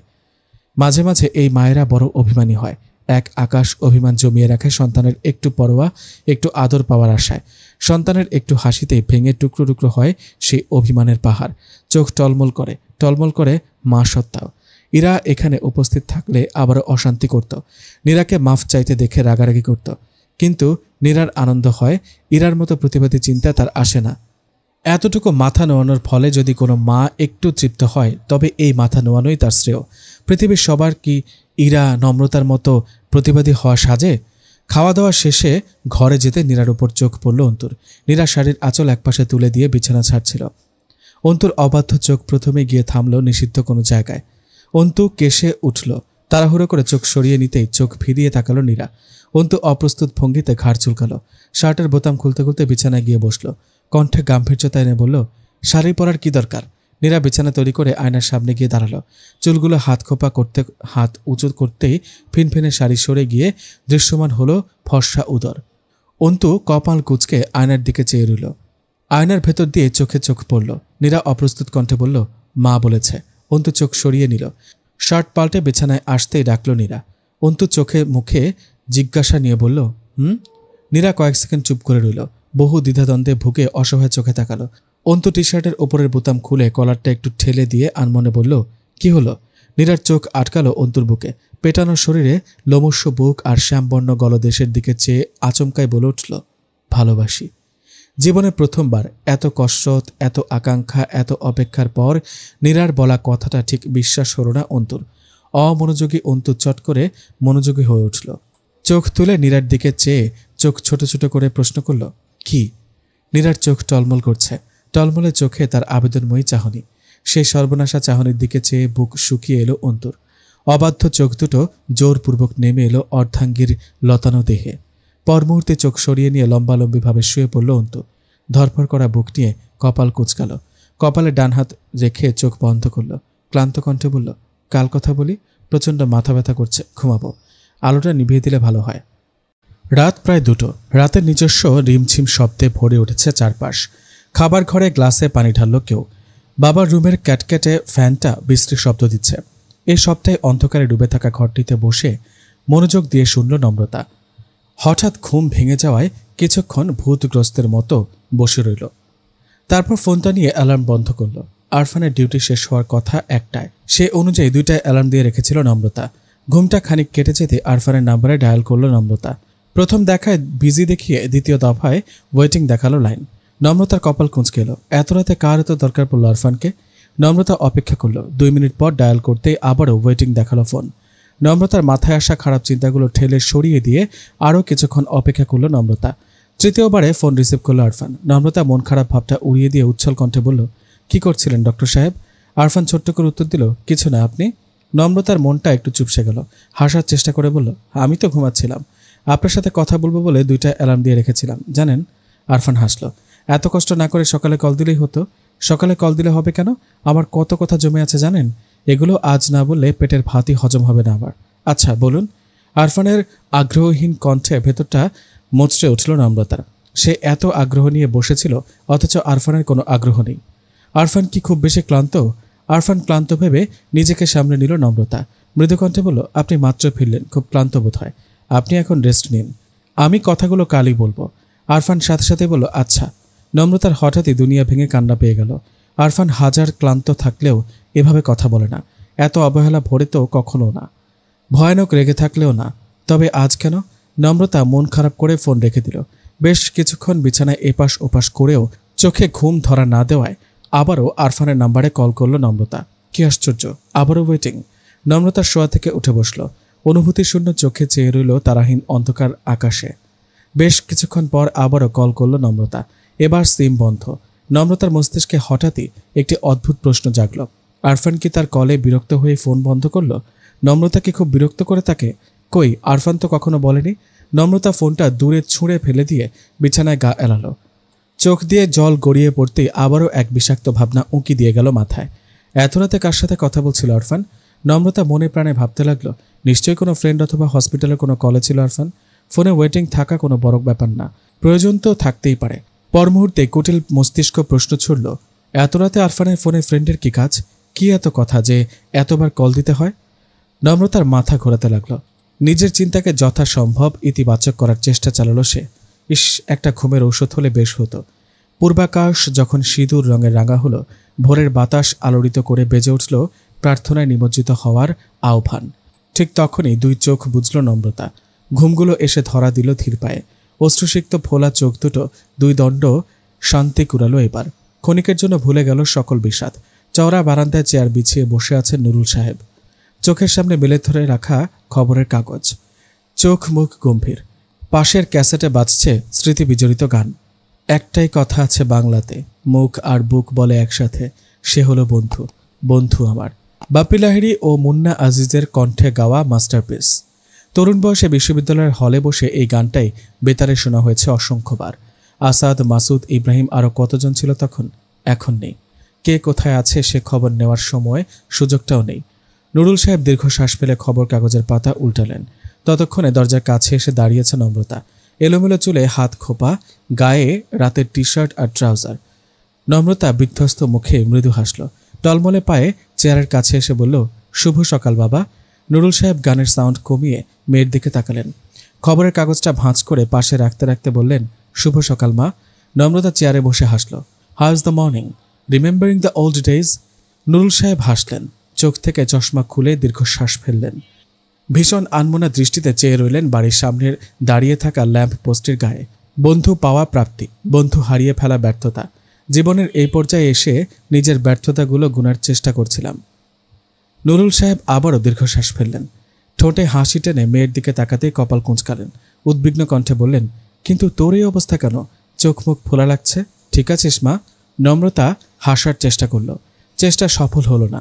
নিজের চেয়ারটা বাবার পাশাপাশি রেখে বলল, তোমায় একটু জড়িয়ে ধরবো বাবা, আমার ঘুম হচ্ছে না। নুরুল সাহেবের উদ্বেগ বাড়ল। মেয়েকে বুকে টেনে নিয়ে আলতো হাত বুলিয়ে দিলেন মাথায়। মেয়েকে এ বিষয়ে কোনো প্রশ্ন করলেন না। চুলে বিলি কাটতে কাটতে শুধু বললেন, বাবা তোকে খুব ভালোবাসে মা। জীবনের যে কোনো পরিস্থিতিতে বাবা তোকে ভালোবাসবে। নম্রতা চোখ বন্ধ করে বুক ভরে শ্বাস নিল। বাবাকে 2 হাতে আঁকড়ে ধরে বিড়বিড় করে বলল, you are the best father in the universe, love you more, more and more. সকাল 11টা। সিএনজিতে বসে একদৃষ্টে ফোনের দিকে চেয়ে আছে নম্রতা। ভীষণ আশ্চর্য হয়ে দেখছে আরফানের ফোন বন্ধ। আরফান তাকে ফোন দেওয়ার চেষ্টা করেনি। রাতে ওভাবে ফোন কাটার পর একটা বারও তার নম্রতার কথা মনে পড়েনি। একবারও নয়। নম্রতা নিজে থেকে ফোন দিল, ফোন বন্ধ। নম্রতা দীর্ঘশ্বাস ফেলে সিএনজির সিটে গা এলিয়ে দেয়। এই বিদঘুটে বিষণ্ণ দুপুরটার প্রতি জন্মায় রাজ্যের ক্ষোভ। ভার্সিটির গেটের কাছে সিএনজি থামতে ছোঁয়াকে দেখতে পায় নম্রতা। গোলাপি কুর্তি আর সাদা সালোয়ার গায়ে গাড়ি থেকে নামছে ছোঁয়া। নম্রতা তাকে দেখে বিরক্ত চোখে তাকালো। অযথা রাগ দেখিয়ে বলল, তোর না কাল বিয়ে রেখে ভার্সিটিতে এসেছিস কোন দুঃখে? ছোঁয়া নম্রতার রাগটা ধরতে পারল না। নম্রতার পাশাপাশি হাঁটতে হাঁটতে সরল কণ্ঠে বলল, বিয়ে তো কাল, আজ তো কোনো কাজ নেই আমার, শুধু শুধু বাড়িতে বসে থাকবো কেন? নম্রতা দাঁড়িয়ে গেল, চোখে মুখে বিরক্তি নিয়ে বলল, ঠিক বলেছিস, তোর তো কোনো কাজ নেই। আমার ধারণা মতে বিয়ের দিনও তোর কোনো কাজ টাজ থাকবে না। 2 মিনিটের কবুল বলা ছাড়া বউদের তেমন কাজও থাকে না। বাসরাতেও কোনো কাজ নেই তোর, বর বাসর করবে, সেখানে অযথা তোর কি কাজ? আমরা কাল গ্রুপ স্টাডির প্ল্যান করছি, ফ্রি যেহেতু আছিস, ওয়ানা জয়েন আস? ছোঁয়া চিন্তিত কণ্ঠে বলল, জয়েন করতে পারলে বেশ হতো, কিন্তু মাম্মা বোধহয় অ্যালাউ করবে না। নম্রতা রাগ নিয়ে তাকালো, দাঁতে দাঁত চেপে বলল, নাদিমের বলা ইউনিভার্সাল ট্রুথ কি জানিস? ছোঁয়া জিজ্ঞাসা নিয়ে তাকালো। নম্রতা আকাশসম বিরক্তি নিয়ে বলল, তুই আসলেই একটা বলদ। নম্রতা ছোঁয়ার কথার মাঝে রিকশা থেকে ডেকে উঠল একটি মেয়ে। নম্রতা প্রথম দফায় চিনতে না পারলেও সম্বোধন শুনে চট করে চিনে ফেলল। ঠোঁটে হাসি টানার চেষ্টা করে বলল, আপনি এখানে? কেমন আছেন আপু? নিদ্রা হেসে বলল, আমি এই ভার্সিটির প্রাক্তন ছাত্রী, কিছু কাগজপত্র তুলতে এসেছিলাম, টিচার্স নিয়োগে অ্যাপ্লাই করবো এবার। কিন্তু তোমার এই অবস্থা কেন? আর ওকে ভীষণ সিক দেখাচ্ছে তোমায়। নম্রতা হেসে বলল, তেমন কিছু না, রাতে ঘুম হয়নি তো তাই এমন দেখাচ্ছে। ঘুম হবে না কেন? ভাইয়া ডাক্তার হওয়া সত্ত্বেও তার প্রিয়তমার এই অবস্থা মানা যাচ্ছে না। তাকে বলনি? নম্রতা ছোট্ট নিঃশ্বাস ফেলে বলল, নিষ্প্রভের ফোন অফ, তাকে ফোনে পাওয়া যাচ্ছে না। নিদ্রা কপাল কোচকে তাকালো, তার সুন্দর ঠোঁটচোরা বাচ্চাদের মতো উল্টে ফেলে বলল, ভাইয়ার 2টো নাম্বার? তুমি সেকেন্ডটাতে ট্রাই করো, ভাইয়া তো একসাথে 2টো নাম্বারই বন্ধ রাখে না। নম্রতা অবাক হলো, বিস্ময় নিয়ে বলল, নিষ্প্রভের সেকেন্ড কোনো নাম্বার তো আমার কাছে নেই। নিদ্রা ড্যাব ড্যাব করে চেয়ে রইল। নম্রতাকে তৎক্ষণাৎ আরফানের নাম্বার দিয়ে বিদায় নিল। নম্রতা অনুভূতি শূন্য চোখে ছোঁয়ার দিকে তাকালো। ছোঁয়া ভীষণ অবাক হয়ে বলল, মেয়েটা কি মেন্টালিস্টিক? তোকে ছোনাছুরি বলে ডাকছিল কেন?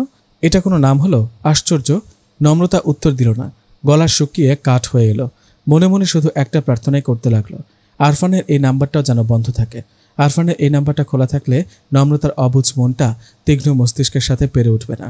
মস্তিষ্কের হাজারো যৌক্তিক প্রশ্নের জবাবে ফ্যাল করে চেয়ে থাকা ছাড়া দ্বিতীয় কোনো রাস্তা থাকবে না। ভীষণ অস্থিরতা নিয়ে গোটা একটা ক্লাস করলো নম্রতা। আরফানের নাম্বারে ফোন দেওয়ার মানসিক শক্তি জোগাতে গিয়ে থরথর করে কাঁপতে লাগলো শরীর। যদি ফোনটা লেগে যায়? হাজারো দ্বিধাদ্বন্দ্বের অবসান ঘটিয়ে কল করলো নম্রতা। তার হৃদস্পন্দন থামিয়ে দিয়ে সকল প্রার্থনা মিথ্যে করে দিয়ে প্রথমবারই ফোন রিসিভ করলো আরফান। নম্রতা বোবা হয়ে বসে রইল। তবে কি নম্রতার জন্য সিম অফ রেখেছিল আরফান? যদি তা না হয় তাহলে এই নাম্বারটা কেন দেয়নি তাকে? সকালে একটা বারও কেন মনে পড়েনি তাকে? নম্রতা, আপনাকে একটু পর ফোন দিই, আমি এখন পেশেন্টের সামনে ব্যস্ত আছি।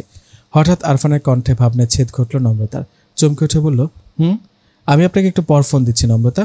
নম্রতা নিজেকে খুব দ্রুত ধাতস্থ করে নিয়ে বলল, সকালে একটা বার আমাকে কল দেওয়ার প্রয়োজন কি আপনার ছিল না? আরফান মৃদু কণ্ঠে বলল, সরি, খেয়াল ছিল না। নম্রতা যার পর নাই অবাক হলো, মেজাজ বিগড়ে গেল। তবুও নিজেকে শান্ত রেখে বলল, খেয়াল ছিল না? আমার এক্সিস্টেন্স কি তাহলে খেয়াল হওয়া পর্যন্ত ডক্টর?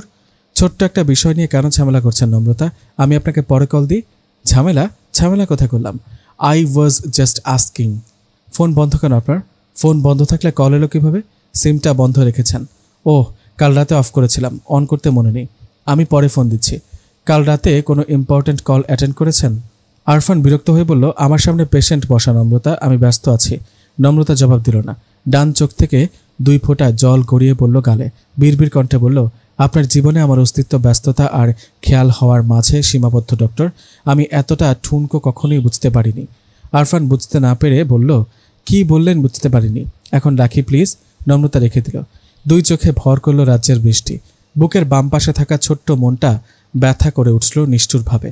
4 বছরের দীর্ঘ অপেক্ষা, প্রতিটি রাতের একাকিত্ব, যন্ত্রণা, কান্নাগুলো যেন আবারও স্পষ্ট হয়ে উঠল চোখে। যার খেয়ালে সে মগ্ন থেকেছে এতটা কাল, এতটা বছর, এতগুলো রাত দিন, সেই তার কাছে নম্রতার অস্তিত্ব আজ খেয়ালের উপর টিকে আছে। ভালোবাসার মানুষের কথাও বুঝে খেয়াল থাকে না, খেয়াল করে নিতে হয়। কি আশ্চর্য! তবে কি নম্রতা ভালোবাসতে পারেনি? তার কেন খেয়াল করতে হয় না? সন্ধ্যা গড়িয়ে রাত নামতেই ছটফট করতে লাগলো নীরা। বারবার উদ্গ্রীব চোখে তাকাতে লাগলো দরজায়। শাশুড়ি মাকে রান্নায় সাহায্য করতে গিয়েও বাঁধালো গণ্ডগোল। পেঁয়াজ কাটতে গিয়ে হাত কেটে বলি করল। জাহানারা মেজাজ খারাপ করে তাকালেন। ধমকে উঠে বললেন, একটা কাজ ঠিকঠাক মতো করতে পারো না? কাজ করার সময় মন থাকে কই? বরকে দেখাতে চাও তোমার শাশুড়ি তোমাকে অত্যাচার করে মেরে ফেলেছে? হাবার মতো দাঁড়িয়ে আছো কেন? পানি ঢালো হাতে। অয়ন, এই হারামজাদা, সারাদিন টিভিতে কি দেখিস তুই? তোরে আর তোর টিভি দুইটাকেই এক কোপে 2 ভাগ করে ফেলবো, হারামির বাচ্চা। ভাবির হাত কেটেছে, স্যাভলরান। কাজ করতে এসে যত আকাম, জীবনটা শেষ করে ফেলাইলো আমার। এখনো দাঁড়ায় আছো কেন তুমি? যেতে বলি নাই? জাহানারার ধমকে রান্নাঘর থেকে বেরিয়ে এসেছে নীরা। অয়ন হাতে পট্টি বেঁধে দেওয়ার পর রান্নার কোনো কাজে হাত দিতে দেননি জাহানারা। সন্ধ্যা থেকে রাত অবধি ধমকা ধমকি করেই পার করেছেন সময়। নীরা দাঁড়িয়ে দাঁড়িয়ে বকা শুনছে আর শাশুড়ি মায়ের ছেলের জন্য অপেক্ষা করছে।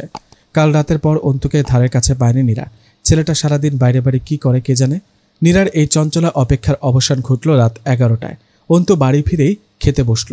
অয়ন আর নীরা ব্যতীত সবাই তখন যার যার ঘরে। অন্তু খেতে বসে প্রথম নীরার দিকে তাকালো। ভ্রু নাচিয়ে বলল, খাওয়া হয়েছে ম্যাডাম? নীরা মৃদু হেসে বলল, পরে খাবো। অয়ন সোফায় শুয়ে ক্রিকেট ম্যাচ দেখছিল। ভাই ভাবির কথার এক পর্যায়ে গলা উঁচিয়ে বলল, নীরাপু থুকু ভাবি আজ হাত কেটে ফেলেছে ভাইয়া। অন্তু কপাল কুঁচকে তাকালো, মাথা হেলিয়ে উকি দিয়ে বলল, কোন হাত দেখি?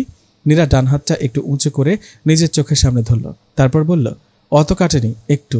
অন্তু কিছু বলল না। নীরা অয়নের দিকে চেয়ে বলল, এই তুই এখনো ঘুমাতে যাস না কেন? বাবা যদি দেখে এখনো টিভি চলছে, খুন করে ফেলবে একদম। যা ঘুমাতে যা। অয়ন আগের মতো লম্বালম্বিভাবে শুয়ে পড়ে বলল, ম্যাচ শেষ না হলে ঘুম আসবে না ভাইয়া, আজকের ম্যাচটা কিন্তু জটিল হচ্ছে। নীরা অন্তুর পাতে খাবার দিয়ে নিজের ঘরে গেল। ছাদে শুকোতে দেওয়া জামা কাপড়গুলো অগোছালোভাবে পড়ে আছে বিছানায়। নীরা বিছানায় বসে এক এক করে কাপড়গুলো গুছাতে নিতেই ঘরে এলো অন্তু। মুখ ভর্তি হাসি নিয়ে ফোনে কথা বলছে সে। এক হাতে তার খাবারের প্লেট, অন্য হাতে ফোন। অন্তু ফোনে কথা বলতে বলতে বিছানায় এসে বসল। কথার ধরন দেখে বোঝা গেল নাদিমের সাথে কথা বলছে সে। অন্তুর হাসি বিস্তৃত হলো। বিচিত্র ভঙ্গিতে নিচের ঠোঁট কামড়ে বলল, ওই মেয়ে ফিজিক্স ডিপার্টমেন্টেই পড়ে, তেজ ব্যাপক, তোর দ্বারা সম্ভব হবে না। কথা বলতে বলতে খাবার মেখে নীরার সামনে ধরল অন্তু। নীরার মোহাচ্ছন্ন দৃষ্টি এবার বিস্ময়ে রূপ নিল। অন্তু তখন নাদিমের বিপক্ষে কথার ঝুলি সাজাতে ব্যস্ত। নীরার বিস্মিত চাহনি তার চোখে পড়ল না। নীরা মুখ বাড়িয়ে খাবার মুখে নিল, যেন কিছুই হয়নি এমন একটা ভাব নিয়েই একের পর এক লোকমা এগিয়ে দিল অন্তু। নাদিমের সাথে হাস্যোজ্জ্বল আলাপন করতে করতে নীরার চোখের বিস্ময় মোহ ঠাহর করতে পারল না সে। হঠাৎই শব্দ করে হাসল অন্তু। ফোনের ওপাশে বন্ধুকে উদ্দেশ্য করে বলল, চাপা মারিস না, আমি অবশ্যই পারতাম, কিন্তু তারে দিয়ে আমি করুমটা কি? ওই মেয়ের জায়গায় তোর বোন হলে না হয় একটা কথা ছিল। আহা, আমাদের প্রেম কাহিনীটা তুই পুরো হতে দিলি না। নাদিম অশ্লীল কিছু গালি দিয়ে বলল, তুই তো শালা বিরাট চরিত্রহীন, ঘরে বউ রেখা বাইরে নজর দেশ। অন্তু হাসে। নীরার দিকে শেষ লোকমা এগিয়ে দিয়ে বলল, বউ রেখা নজর দিলাম কই? নজর তো আমার আগে থেকে ছিল। এক বউ দিয়ে আসলে চলছে না, তোর বোনকে মাস্ট দরকার। নীরা মুগ্ধ চোখে অন্তুর হাসি দেখছে। এই ছেলের এই হাসির জন্যই শেষমেশ প্রেমে পড়তে বাধ্য হয়েছিল নীরা। এত এত গালি শোনার পরও অন্তু নির্বিকার হেসে বলতো, আর কত বকবি দোস্ত, রেস্ট নে, সামনের মাসে প্রপোজ করলে বাকি গালি দিস, এখন গালি শোনার মুড নাই। নীরা তখনও মুগ্ধ চোখে দেখত। সেই চোরা দৃষ্টি এখন প্রকাশ্য, সেই নিষিদ্ধ মোহ এখন বাধাহীন পবিত্র। অন্তুর সুন্দর স্বচ্ছ হাসির দিকে চেয়ে থেকেই হঠাৎ ভীষণ অগোছালো হয়ে পড়ল নীরা। হঠাৎই উঠে গিয়ে অন্তুর খুব কাছে গিয়ে দাঁড়ালো। তারপরই বর্ণনাতীত এক কাজ করে বসল সে। ডান হাতটা অন্তুর কাঁধে রেখে অন্তর মোহাচ্ছন্ন ঠোঁট জোড়াতে ঠোঁট রাখল পরম আবেশে। অন্তু হঠাৎই কিছু বুঝে উঠতে পারল না। পুরো ব্যাপারটা বোধগম্য হতেই হতভম্ব হয়ে গেল সে। নীরার অকল্পনীয় কাজে কাঠ হয়ে বসে রইল। হাত থেকে গড়িয়ে পড়ল ভাতের প্লেট, ফোন। প্লেট পড়ার শব্দ হতেই ছিটকে সরে দাঁড়ালো নীরা। কাঁপা হাতে প্লেটটা তুলে নিতেই দ্রুত ঘর ত্যাগ করল। একটাবারও অন্তুর চোখে চাওয়ার সাহসও করে উঠতে পারল না। অন্তু হতভম্ব চোখে নীরার যাওয়ার দিকে চেয়ে রইল। ঠিক এই মুহূর্তে কি ঘটে গেল, কিভাবে ঘটে গেল, কিচ্ছু বুঝতে পারছে না অন্তু। ফোনের ওপাশ থেকে চেঁচিয়ে উঠল নাদিম, তুই কি মরিয়া গেছিস দোস্ত? টিকিট কেটে গেছে তোর? কথা কস না কেরে? অন্তু কাঁপা হাতে ফোনটা তুলে নিয়ে বিছানায় গায়ে লিয়ে দিল। বিড়বিড় করে বলল, আমার বোধহয় অ্যাটাক ফ্যাটাক হয়ে যাচ্ছে দোস্ত, শরীর কাঁপছে। কি হচ্ছে কিছু বুঝতে পারছি না। রাত বাড়ছে, ফুরিয়ে যাচ্ছে অভ্যস্ত জীবনের আয়ু। বই হাতে 2 তলার রেলিং ঘেঁষে দাঁড়িয়ে আছে ছোঁয়া। পুরো 2 তলা জুড়ে পিনপতন নীরবতা। আত্মীয় স্বজনদের কেউই 2 তলার সিঁড়ি মারাচ্ছেন না। সিথি হকের করা নির্দেশ, ছোঁয়াকে কিছুতেই বিরক্ত করা যাবে না। ছোঁয়া ছোঁয়ার মতো খাবে, ঘুমাবে। বিয়ের আগের দিন হইচয়ে ঘুম না হলে চোখের নিচে কালি পড়বে, সুন্দর দেখাবে না। কিন্তু ছোঁয়ার ঘুম হচ্ছে না। কিছু একটা, কোথাও একটা তাকে স্বস্তি দিচ্ছে না। চারপাশে এত আয়োজন, এত আলো, এত হইচই, এর কোথাও সে নিজেকে খুঁজে পাচ্ছে না। সব কিছু তাকে ঘিরে হলেও যেন এসবে সে নেই। তার অস্তিত্বটুকু ভীষণ দূরের কোনো ঘুমন্ত পরিতে আবদ্ধ। একের পর এক ঘটে যাওয়া ঘটনাগুলো বড় নিস্পৃহ, রসহীন, সাধারণ। ছোঁয়া দীর্ঘশ্বাস ফেলে লাইব্রেরি ঘরে ঢুকল। বাবার আরাম কেদারায় গা এলিয়ে দিয়ে উপন্যাসের পাতা উল্টাল। খুব পানসে এই ঘটনা প্রবাহ, অপ্রয়োজনীয়, বিরক্তিকর। ছোঁয়ার হঠাৎই মনে হলো এই অধ্যায় আর তার জীবন একই উপন্যাসে গাথা, একই তার ধারাবাহিকতা, একই তার ঘটনা প্রবাহ, একই রকম নিষ্প্রয়োজন। অত্যাধুনিক ফোনের নিদারুণ চিৎকারে গুরুগম্ভীর ভাবনা থেকে খানিক ছিটকে পড়ল ছোঁয়া। ঘড়িতে তখন 2টো বাজে। এত রাতে ফোন দেওয়ার মানুষ তো ছোঁয়ার নেই। তবে ছোঁয়া কৌতূহল নিয়ে ফোন উঠালো। ওপাশ থেকে রাশভারী কণ্ঠে প্রশ্ন এলো, হঠাৎ যদি সুদূর অতীত থেকে উঠে আসা কোনো দৈত্য আপনাকে জিজ্ঞেস করে, হোয়াট ইজ ইউর উইশেস, তাহলে আপনার কি উত্তর হবে? হঠাৎ এমন প্রশ্নে ভরকে গেল ছোঁয়া। ভয়ানক বিভ্রান্তিতে পড়ে গেল। বোকা বোকা কণ্ঠে বলল, অতীত তো অতীতই, অতীত থেকে দৈত্য কি করে আসবে?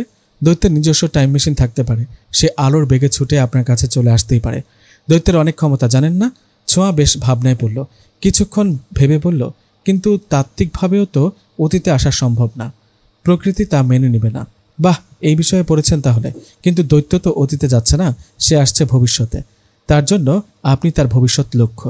আলোর গতিতে ছুটতে পারলে ভবিষ্যতে আসা তো অসম্ভব কিছু নয়, তাই না? ছোঁয়া ফোনের এপাশেই মাথা নাড়ল। কয়েক সেকেন্ড চুপ থেকে ভীষণ বুদ্ধিমতির মতো বলল, ভবিষ্যতে যাওয়া সম্ভব হলেও দৈত্যের আসার সম্ভাবনা নেই। প্রথমত, অতীতের পৃথিবী প্রযুক্তির দিক থেকে অনেক পিছিয়ে ছিল, সেখানে কোনো টাইম মেশিন নেই। দ্বিতীয়ত, দৈত্য বলে কোনো বস্তু পৃথিবীতেই নেই। কে বলল নেই? ছোঁয়া অবাক হয়ে বলল, আছে নাকি? থাকতেই পারে। পৃথিবী হলো একটা রহস্যপিণ্ড, যার অনেক রহস্যই অমীমাংসিত হয়ে বসে আছে নাকের ডগায়। যেমন ধরুন বাল্ট্রা দ্বীপ। দক্ষিণ আমেরিকার ইকুয়েডরের কাছাকাছি গ্যালাপাগোস নামে একটি দ্বীপপুঞ্জ আছে। নাম শুনেছেন কখনো? ছোঁয়া অস্পষ্ট কণ্ঠে বলল, না শুনলেও সমস্যা নেই, এখন শুনুন। সেই গ্যালাপাগোস দ্বীপপুঞ্জের একটি দ্বীপের নাম হলো বাল্ট্রা।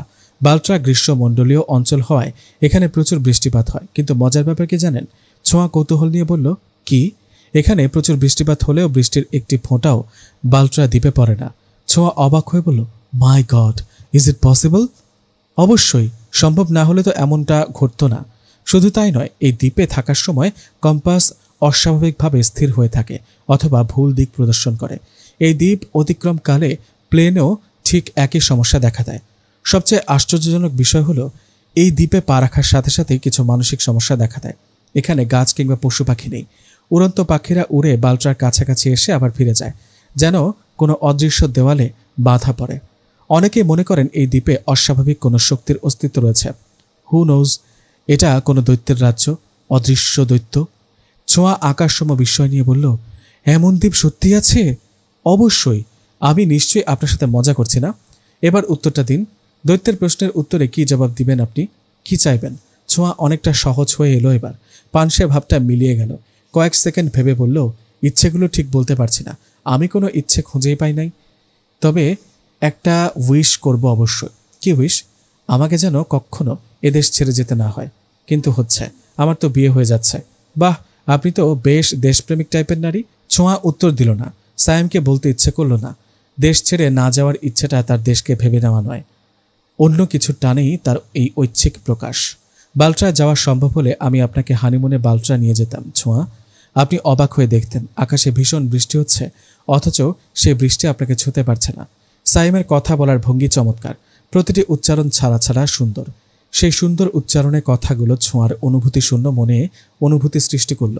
বন্ধুদের বাইরেও অন্য কারো কথায় প্রভাবিত হলো সে। আবদ্ধ মনে নতুন একটা ইচ্ছের সঞ্চার হলো। সত্যি যদি বাল্ট্রা যেতে পারত। সাইম কিছুক্ষণ চুপ থেকে বলল, ছোঁয়া, আপনি কি জানেন আপনি ম্যানিক ডিপ্রেশনে ভুগছেন? সহজ ভাষায় বলতে গেলে বাইপোলার ডিসঅর্ডার। আপনি নিজে psychology student. You know what is bipolar disorder? দেখুন ছোঁয়া, কাল আমাদের বিয়ে, অথচ আপনি আমার সম্পর্কে কিছুই জানেন না। আমার পুরো নাম জানেন কি না তাতেও সন্দেহ হচ্ছে যথেষ্ট। আমি কোন ভার্সিটিতে কর্মরত, কোন বিষয় অধ্যাপনা করছি, আমার পরিবারে কে কে আছে কিচ্ছু জানেন না। কিন্তু কেন জানেন না?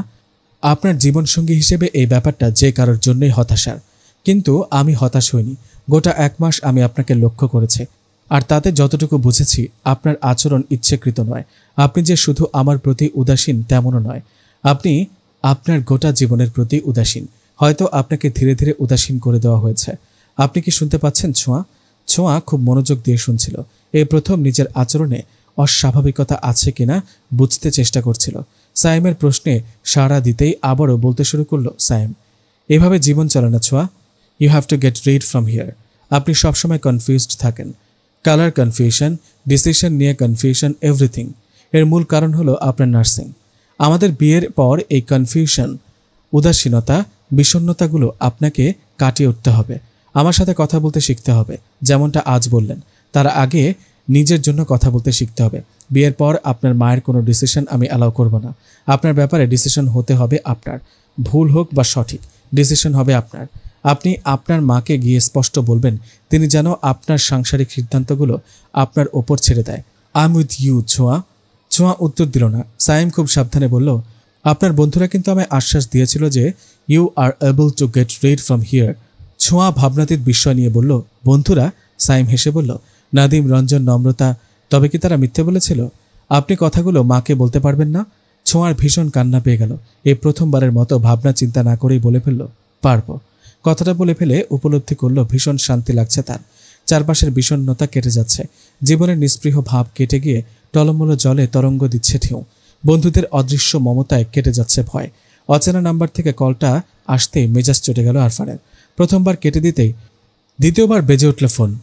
আরফান যার পর্নায় বিরক্ত হয়ে ফোন তুলল। ভেতরটার রাগে রি রি করলেও ভদ্রকণ্ঠে বলল, কান্নাকাটি বন্ধ করে সত্যি করে বলুন, আপনি কে, কি চান? ওপাশ থেকে কিছুক্ষণ নীরব থেকে স্পষ্ট উত্তর, বললাম তো, শ্যামলতা। শ্যামলতা কি চাইতে পারে জানো না? আর আপনি আপনি বলছো কেন? চিঠিতে তো আপনি করে বলতেন না। আরফান নিজেকে সংযত করল। মুখ ফুলিয়ে শ্বাস নিয়ে ঠান্ডা কণ্ঠে বলল, আচ্ছা মানলাম আপনি শ্যামলতা, কিন্তু প্রমাণ কি? ওপাশের কণ্ঠস্বরে বিস্ময় খেলে গেল। প্রমাণ? এখন আমায় প্রমাণ দিতে হবে? চিঠিতে তো খুব বলতে তোমার নাকি আমার নিঃশ্বাসের শব্দ শুনেও চিনে ফেলার ক্ষমতা আছে, অথচ আজ প্রমাণ চাইছ? আচ্ছা বিয়েটাই করে ফেলেছ নাকি? সুন্দরী বউ পেয়ে আমার আবেগ কেটে গিয়েছে? স্বার্থপর। আরফানের বিরক্তি এবার আকাশ ছিল। এক চড়ে মেয়েটার গাল ফাটিয়ে দিতে ইচ্ছে হলো। দাঁতে দাঁত চেপে বলল, শ্যামলতা আপনার মতো বেহায়া নয়। শ্যামলতা আমার সাথেই আছে। ভালোবাসলে সবাই বেহায়া হয়। তুমি ভালোবাসেনি বলে বেহায়া হতে পারোনি। তোমার সাথে যে আছে সেই তোমার শ্যামলতা, তার কি প্রমাণ আছে? আরফান উত্তর দিল না। ফোনটা বন্ধ করে টেবিলের উপর রাখল। মাথায় হাজারো চিন্তা নিয়ে গা এলিয়ে দিল চেয়ারে। অনেকগুলো ছেঁড়া সুতো জোড়া লাগানোর চেষ্টা চালালো একের পর এক। নার্সের ডাকে ভাবনা কাটলেও চিন্তা গেল না। কপাল কুঁচকে বিরক্ত চোখে চেয়ে রইল নার্সের মুখে। রাউন্ড ক্লাস কোনো কিছুতেই ঠিকঠাক মনোযোগ দেওয়া হলো না। অল্পতে মেজাজ খারাপ হতে লাগলো। ক্ষণে ক্ষণেই শিরশির করে উঠল হাত। এই মেজাজ খারাপ নিয়ে নম্রতাকে অযথা কল করে মেয়েটার মন খারাপ করিয়ে দেওয়ার ইচ্ছে আরফানের হলো না। তাই অবসর পেয়েও কল করা হয়ে উঠল না। পুরোটা দুপুর কাটল বিষণ্ণতা আর উদ্বিগ্নতায়। ধানমন্ডির হোয়াইট হল কমিউনিটি সেন্টারের এক কোনায় দাঁড়িয়ে আছে নাদিম। গায়ে নীল পাঞ্জাবি, পিঠে ঝুলানো গিটার, মাথা ভর্তি চুলগুলো স্বভাবতই এলোমেলো অগোছালো। স্টেজে বর কনের ফটো সেশন চলছে। অন্তু, নীরা, নম্রতা কিছু দূরেই বসে আড্ডা দিচ্ছে। পরিবেশটা উত্তেজিত করে তুলতে কাছেই কোথাও হাই বিটের ইংরেজি গান বাজছে।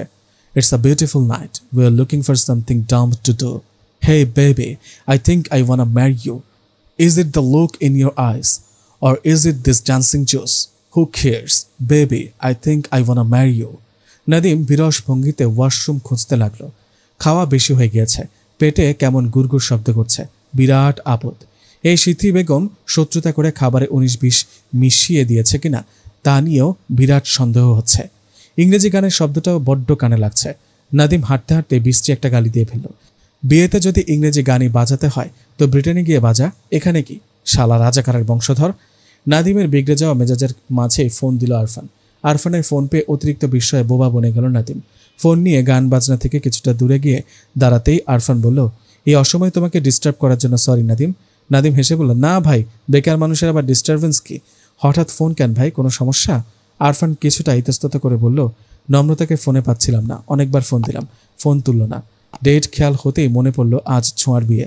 নম্রতা কি তোমাদের সাথেই আছে? হ, আমগোর সঙ্গেই আছে। ও তো ফোন বাসায় রেখে আসছে বলল। ওরে ফোন দিতাম ভাই? না না, ঠিক আছে, এনজয় করুক। নির্জার কাছে শুনলাম ওনাকে অসুস্থ ছিল, একটু খেয়াল রেখো। নাদিম ভ্রু কুচকাল। ডান দিকে ঝুঁকে নম্রতাকে দেখার চেষ্টা করলো। নম্রতাকে কোনোভাবে অসুস্থ বলে মনে হচ্ছে না, বেশ তো খিলখিল করে হাসছে। নাদিম বিড়বিড় করে বলল, শালার মাইয়া, পোলাটারে সাদা সিধা পাইয়া একদম ভাজা ভাজা করে ফেলল। আরফান সতর্ক কণ্ঠে বলল, কিছু বললে? নাদিম অপ্রস্তুত হেসে বলল, না ভাই, আপনি চিন্তা করেন না, আমরা আছি, সমস্যা নেই। আপনার প্রিয়তমা একদম ফিট থাকবে, ফাটাফাটির কোনো চান্স নাই। আমরা এমনিতেও তাকে বাসা পর্যন্ত পৌঁছে দিয়ে আসবো। নাদিমের কথার ধরনে হেসে ফেলল আরফান। ওয়াশরুম থেকে ফিরে বন্ধুদের পাশে বসতেই নীরা অন্তুর ব্যাপারটা চোখে পড়ে গেল তার। নাদিম মৃদু হাসল। নাদিমের হাসি খেয়াল করে অপ্রস্তুত হয়ে পড়ল অন্তু। ফিসফিস করে বলল, হাসছিস কেন? নাদিমের হাসি বিস্তৃত হলো। অন্তুর দিকে চেয়ে ভ্রু নাচিয়ে বলল, বন্ধু। অন্তু কেশে উঠে বলল, তোর এমন হাসি দেখলে আমার হৃদস্পন্দন থেমে যায়। উল্টা পাল্টা কিছু বলবি তো খবর আছে। তোর এই বাজে স্বভাবটা পরিবর্তন কর। নাদিম শব্দ করে হাসল। গিটারে সুর তুলে দুষ্টু কণ্ঠে গাইল, আমার এই বাজে স্বভাব কোনোদিন যাবে না, আমার এই বাজে স্বভাব কোনোদিন যাবে না। 2 লাইন গিয়ে বন্ধুদের দিকে তাকালো। গিটারের সুর তীক্ষ্ণ করে ফিচেল হেসে বলল, সিথি আপাকে শান্তিতে থাকতে দিতে ইচ্ছে করছে না। নীরা নম্রতা দাঁত বের করে হাসল। নাদিম গলা ছেড়ে গান ধরল। অন্তু টেবিলে সুর তুলল। নাদিম কিছুদূর গাইতেই গেয়ে উঠল আরও 3টি কণ্ঠস্বর।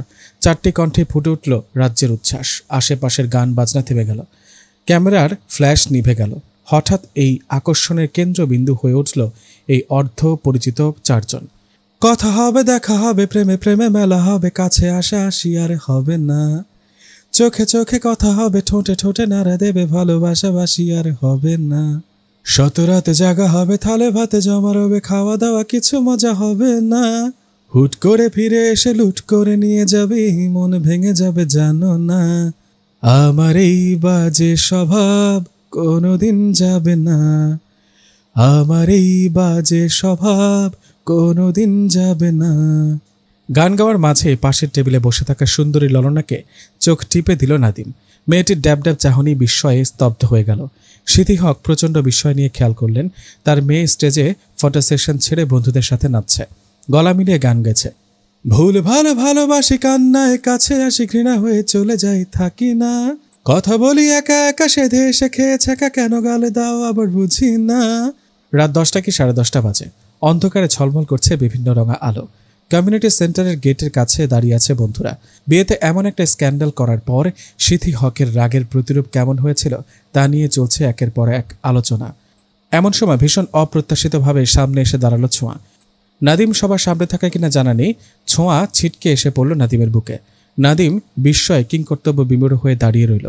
ছোঁয়া ভীষণ বোকা বোকা কণ্ঠে বলল, আমার খুব ফাঁকা ফাঁকা লাগছে, মন খারাপ লাগছে, I miss you all. Nadim অতি দ্রুত নিজেকে সামলে নিল। ভ্রু কুচকে বলল, মিস করবি ভালো কথা, দূরে গিয়ে মিস কর, তোর অস্ট্রেলিয়ান গরু দেখলে আমারে তুলে আছাড় মারবো, বউ ভাগিয়ে নেওয়ার অপবাদে হাজতে দিয়ে দিব, ধরার হইলে অন্তরে গিয়া ধর, আমার স্যার ইংরেজ। নম্রতা নাদিমের বাহুতে চর বসিয়ে বলল, তোর সব সময় ফাজলামো। ছোঁয়া কাঁদছে।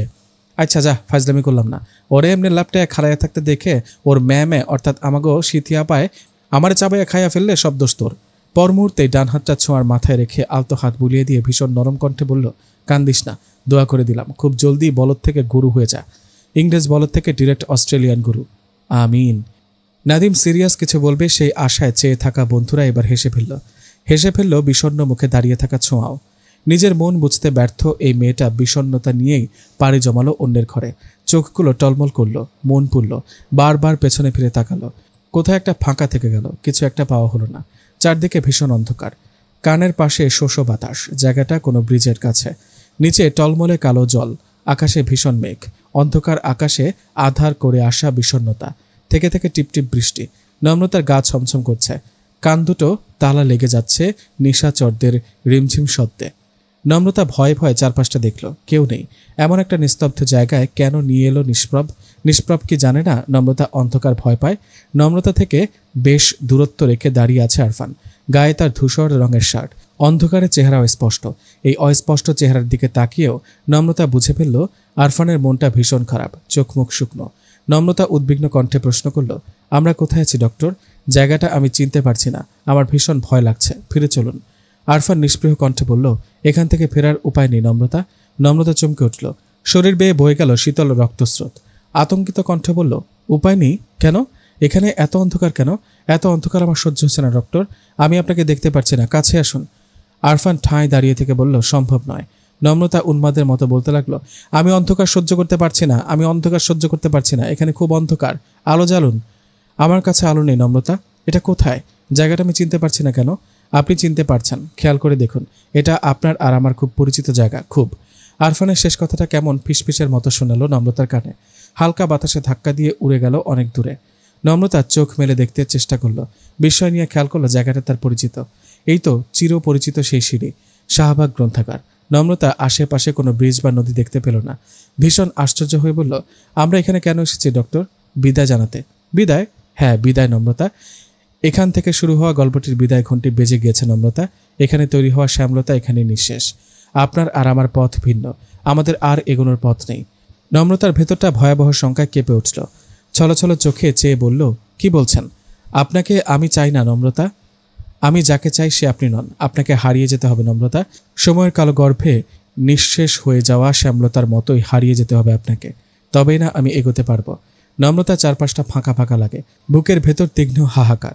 সামনে দাঁড়িয়ে থাকা মানুষটির মুখ অস্পষ্ট হয়ে ওঠে আরও। তবুও নম্রতা দেখতে পায় মানুষটির চোখে তীব্র বিরক্তি, ভয়াবহ বিতৃষ্ণা। তীক্ষ্ণ হয়ে বাজে একটাই কণ্ঠ, আপনি হারিয়ে যান নম্রতা, আপনি হারিয়ে যান, আপনাকে আমি চাই না, হারিয়ে যান। নম্রতা ডুকরে কেঁদে উঠল, চিৎকার করে উঠল তার কণ্ঠনালী। বুকের ভেতরটা দগ্ধ হলো, নিঃশ্বাস আটকে এলো। নম্রতার হঠাৎ মনে হলো সে বাঁচতে পারছে না, নিঃশ্বাস নিতে পারছে না, অসাড় শরীর নেড়ে নিজেকে রক্ষা করতে পারছে না। নম্রতা মারা যাচ্ছে, হারিয়ে যাচ্ছে। তারপর হঠাৎই বহুদূর থেকে ভেসে এলো অসংখ্য কণ্ঠস্বর। ওগুলো কে? নাদিম, রঞ্জন না? ওরা নয়। বাবা? হ্যাঁ, নম্রতার প্রিয় বাবা। নম্রতা বাবার কাছে ছুটতে চেষ্টা করলো, ভীষণ চেঁচিয়ে ডাকতে লাগলো, বাবা, আমার বাবা। বাবা শুনেছে, কেউ না শুনলেও তার ডাক শুনেছে বাবা। উন্মাদের মতো ছুটে এসছে, নম্রতাকে বুকে আগলে নিতেই ছুটে আসছে। মা, নমু, নমু মা, কি হয়েছে আম্মু? এই তো বাবা, এমন ছটফট করছিস কেন মা? নম্রতা বড় নিঃশ্বাস টেনে চোখ মেলে তাকালো। নন্দিতা রুদ্রকণ্ঠে ডাকলো, আপু, আপু, কি হয়েছে তোমার? এমন করছো কেন? বাবা, কি হচ্ছে আপুর? নম্রতার নিঃশ্বাস নিতে কষ্ট হচ্ছে, ভীষণ ভয়ে থরথর করে কাঁপছে শরীর। মেহরুমা গগন ভিতরে চিৎকার দিয়ে বললেন, আম্মু, কি হয়েছে আম্মু? নমুর বাবা, আমার মেয়ে এমন করছে কেন? আমার কলিজা আম্মু। নমু, মা, খারাপ স্বপ্ন দেখেছিস সোনা? কোথায় কষ্ট হচ্ছে মা? নুরুল সাহেব ধমকে উঠে বললেন, আহ, এখন চিৎকার চেঁচামেচি করার সময় নয় মেহরুমা, মেয়েটাকে ইজি হতে দাও। দৌড়ে গিয়ে এক গ্লাস পানি নিয়ে এসো।